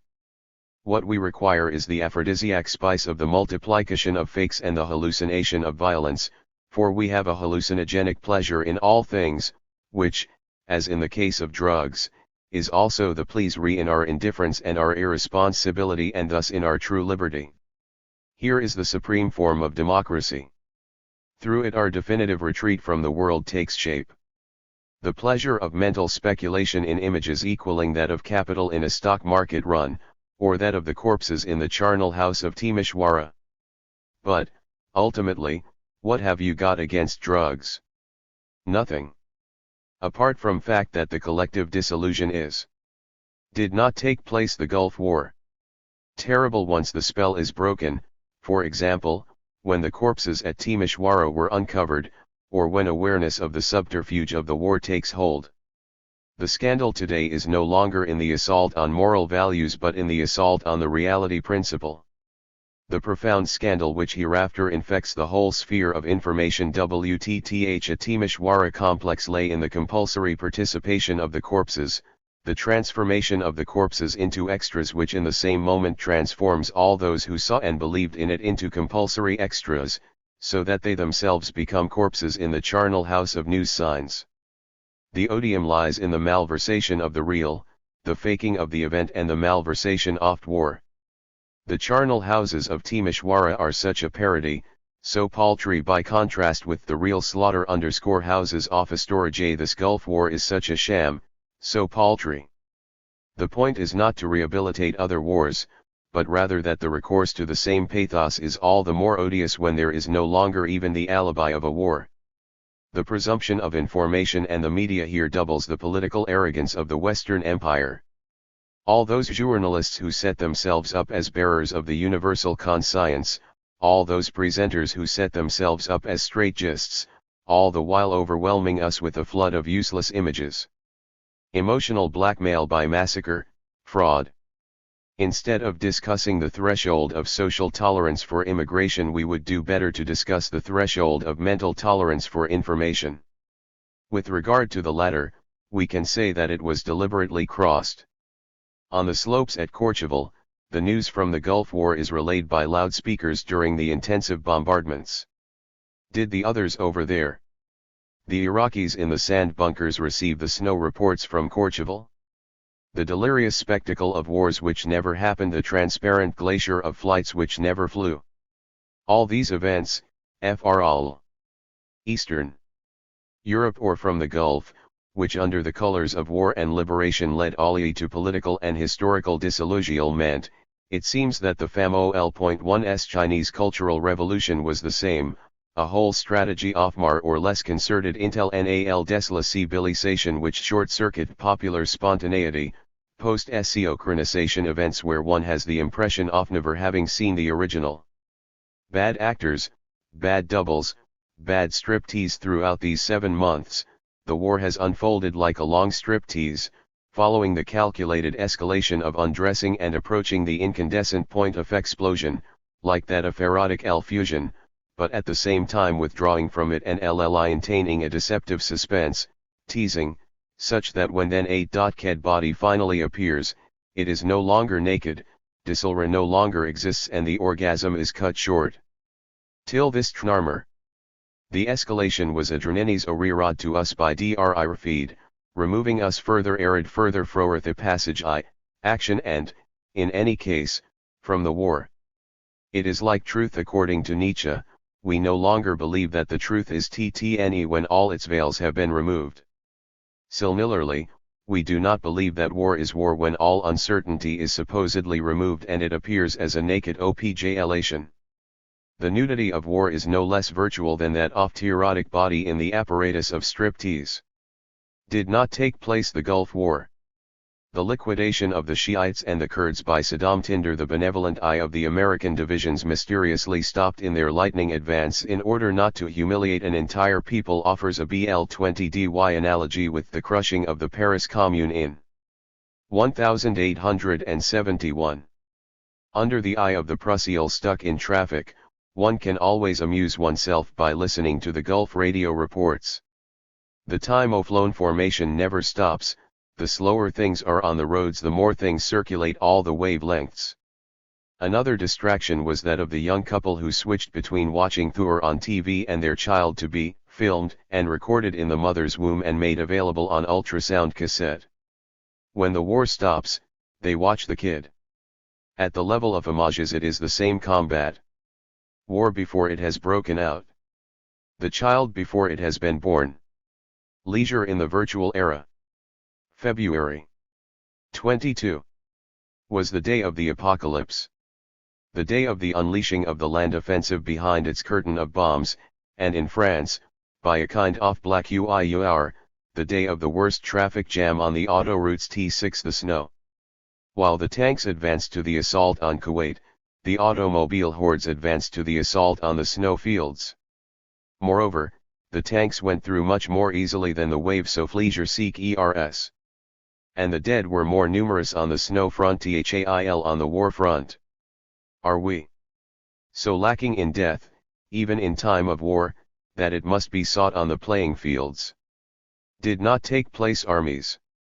And the good souls who cried out for 7 months, for or against the war but always for the good cause, those who denounced the aberrations of the pro-Iraqi policy 10 years after the event when it was no longer relevant, and all the repentance of the rights of man, once again do nothing. The world accepts this as the wages of defeat, or rather, on the American side, as the wages of victory. The same Americans who, after having dumped hundreds of thousands of tons of bombs, today claim to abstain from intervening in the internal affairs of a state. It is nevertheless admirable that we call the Arabs and Muslims traditionalists with the same repulsion that we call someone racist, even though we live in a typically traditionalist society, although one simultaneously on the way to disintegration. We do not practice hard fundamentalist traditionalism, we practice soft, subtle, and shameful democratic traditionalism by consensus.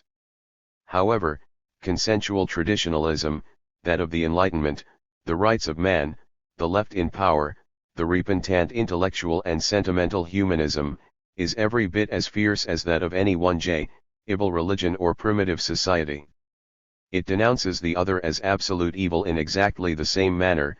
These are the words of Fran 90 is Mitterrand apropos the Salman Rushdie affair. Whence does he derive such an archaic form of thought?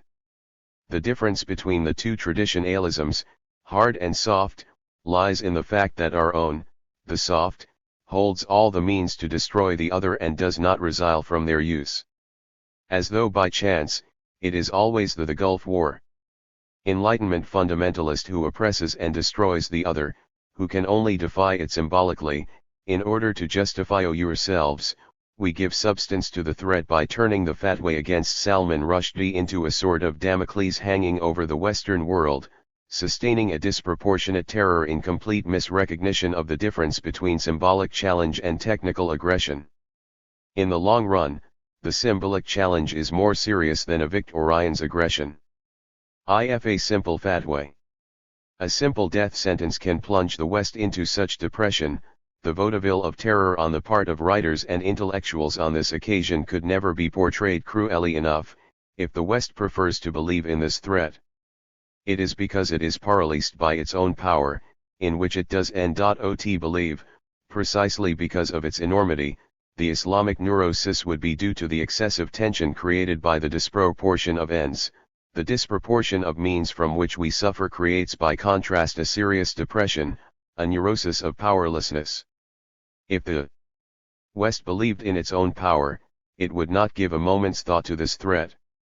The most amusing aspect, however, is that the other does not believe in his powerlessness either, and he who does not believe in his powerlessness is stronger than he who does not believe in his power, be this 1,000 times greater. The Arab Book of Ruses gives 1,000 examples of this, but the West has no intelligence of such maulers. This is how we arrive at an unreal war in which the overdimensioned technical power in turn over-evaluates the real forces of an enemy which it cannot see. And if it is astonished when it so easily triumphs, this is because it knows neither how to believe in itself nor how to ruse with itself. By contrast, it does know obscurely is that in its present form highlighted by the least ruse. The Americans would do well to be more astonished at their victory, to be astonished at their force and to find an equivalent for it in the intelligence, oft other, east their power play tricks with them. Thus, if the cunning but stupid Saddam had conceded 1 week earlier, he would have inflicted a considerable political defeat on the Americans. But did he wantle in any case, he succeeded in his own reinstatement, whereas they had sworn to destroy him. But did they swear idle? Saddam played the Americans' game at every turn, but even defeated he was the better player at ruse and diversion. The Book of Ruses still harbors many secrets unknown to the Pentagon. Brecht, this beer isn't a beer, but that is compensated for by the fact that this cigar isn't a cigar either. If this beat wasn't a beer and this cigar really was a cigar, then there would be a problem. In the same manner, this war is not a war, but this is compensated for by the fact that information is not information either. Thus everything is in order. If this war had not been a war and the images had been real images, there would have been a problem, for in that case the non-war would have appeared for what it is, a scandal. Similarly, if the war had been a real war and the information had not been information, this non-information would have appeared for what it is, a scandal. In both cases, there would have been a problem. There is one further problem for those who believe that this war took place. How is it that a real war did not generate real images? Sarn problem for those who believe in the Americans' victory. How is it that Saddam is still there as though nothing had happened? Whereas everything becomes coherent if we suppose that, given this victory was not a victory, the defeat of Saddam was not a defeat either. Everything evens out and everything is in order. The war, the victory, and the defeat are all equally unreal, equally non-existent. The same coherence in the irreality of the adversaries. The fact that the Americans never saw the Iraqis is compensated for by the fact that the Iraqis never fought them. Brecht again. As for the place not desired, there is something there and that's disorder. As for the desired place, there is nothing there and that's order. The new world order is made up of all these compensations and the fact that there is nothing rather than something, on the ground, on the screens, in our heads, consensus by deterrence. At the desired place, the goal. Nothing took place, non-war.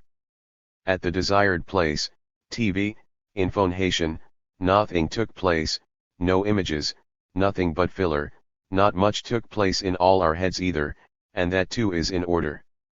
The fact that there was nothing at this or that desired place was harmoniously compensated for by the fact that there was nothing elsewhere either. In this malheur, the global order unifies all the partial orders.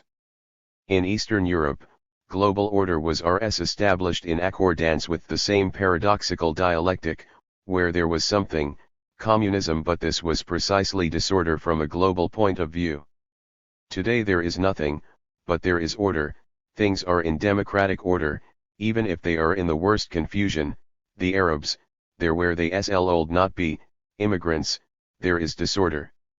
There where they should be, in Palestine, but are not, there is order.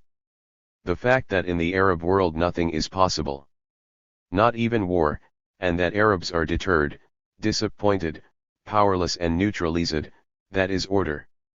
Bulletinathes is harmoniously compensated for by the fact that at the marketplace of power, America, there is no longer anything but a total political powerlessness. Such is the New World Order. Did not take place a variant on Clausewitz. Non-war is the absence of politics pursued by other means. It no longer proceeds from a political will to dominate or from a vital impulsion or an antagonistic violence, but from the will to impose a general consensus by deterrence. This consensual violence can be as deadly as conflictual violence, but its aim is to overcome any hegemonic rivalry, even when cold and balanced by terror, as it has been over the last 40 years.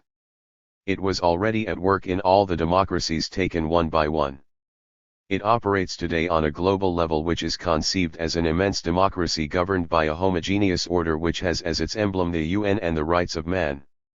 The Gulf War is the first consensual war, the LRST war conducted legally and globally with a view to putting an end to war and liquidating any confrontation likely to threaten hence the Gulf War.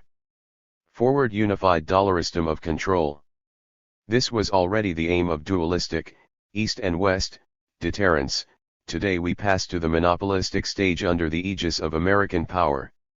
Logically, this democratic and consensual form should be able to dispense with war. But it will no doubt continue to have local and episodic need of it. The Gulf War is one of these transitive episodes, hesitating for this reason between hard and soft forms, virtual war or real war. But the balance is in the process of definitively inclining in one direction, and tomorrow there will be nothing but the virtual violence of consensus, the simultaneity in real time of the global consensus. This will happen tomorrow and it will be the beginning of a world with no tomorrow. Electronic war no longer has any political objective strictly speaking, it functions as a preventative electroshock against any future conflict. Just as in modern communication there is no longer any interlocutor, so in this electronic war there is no longer any enemy, there is only a refractory element which must be neutralized and consensualized. This is what the Americans seek to do, these missionary people bearing electroshocks which will shepherd everybody towards democracy. It is therefore pointless to question the political aims of these war, the only, transpolitical, aim is to align everybody with the global lowest common denominator, the democratic denominator, which, in its extension, approaches ever closer to the degree zero of politics. The lowest common multiplier being information in all its forms, which, as it extends towards infinity, also approaches ever closer to the degree zero of its content. In this sense, consensus as the degree zero of democracy, and information as the degree zero of opinion are in total affioity, the New World Order will be both consensual and televisual. That is indeed why the targeted bombings carefully avoided the Iraqi television antennae, which stand out like a sore thumb in the sky over Baghdad. War is no longer what it used to be. The crucial stake, the decisive stake in this whole affair is the consensual reduction of Islam to the global order, not to destroy but to domesticate it, by whatever means, modernization, even inilitary, politicization, nationalism, democracy, the rights of man, anything at all to electrocute the resistances and the symbolic challenge that Islam represents for the entire West. There is no miracle, the confrontation will last as long as this process has not reached its term. By contrast, it will stop as though of its own accord the day when this form of radical challenge has been liquidated. This was how it happened in the Vietnam War, the day when China was neutralist, when the WLLD Vietnam with its forces of liberation AR-1D Revolt was replaced by a truly bureaucratic and military organization capable of ensuring THIRD continuation of order. The Vietnamese War stopped immediately, but 10 years were necessary for this political domestication to take place. Whether it took place under THIRD-WORLDism or democracy is or no importance. Same thing with the Algerian War, its end, which was believed to be impossible, took place of its own accord, not by virtue of de Gaulle's sagacity, but from the moment the Maquis with their revolutionary potential were finally liquidated and an Algerian the more not take place thus from it also grows. The global consensus chances, all its collapse. The Gulf War army and a bureaucracy, which had been set up in Tunisia without ever engaging in combat, were in a position to ensure the continuation of power and the exercise of order. Our wars THL1s have less to do with the confrontation of warriors than with the domestication of the refractory forces on the planet, those uncontrollable elements, as the police would say, to which belong not only Islam in its entirety but wild ethnic groups, minority languages, etc. All that is singular and irreducible must be reduced and absorbed. This is the law of democracy and the New World Order. In this sense, the Iran-Iraq War was a successful first phase. Iraq served to liquidate the most radical form of the anti-Western challenge, even though it never defeated it. The fact that this mercenary prowess should give rise to the Preseti reversal and to the necessity of its own destruction is a cruel irony, but perfectly justified. We will have shamefully melted everything which happens to us. This does not excuse Iraq, which remains the objective accomplice of the West, every 2-1 the present confrontation, to the extent that the challenge of Islam, with its irreducible and elagerotes alterality tll zerhabilic challenge, has once again been channeled, subtilist, and politically, militarily and religiously deflected by Saddam's Undadakarig. Even in the war against the West he played his role in the domestication of an Islam for which he has no use. His elimination, IIIT should take place, will only raise a dangerous mortgage. The real stake, the challenge of Islam, and behind it that of all the forms of kulil refractory to the Occidental world, remains intact. Nobody knows who will win. For as Hölderlin said, where danger threatens, that which saves. The author. Jean Baudrillard. Former Professor of Sociology at the University of Paris, Nanterre, is now widely regarded as one of the most significant and controversial contemporary thinkers. His commentaries on events, objects, habits and other cultural phenomena have shaped the way global culture reflects on itself. His works in translation include The Mirror of Production, Seduction, Fatal Strategies, and Symbolic Exchange and Death. The translator, Paul Patton, lectures in philosophy at the University of Sydney. He has previously translated essays by Baudrillard and Foucault, and recently translated Difference and Repetition by Gilles Deleuze. He writes on French philosophy and political theory and recently edited Nietzsche, Feminism and Political Theory.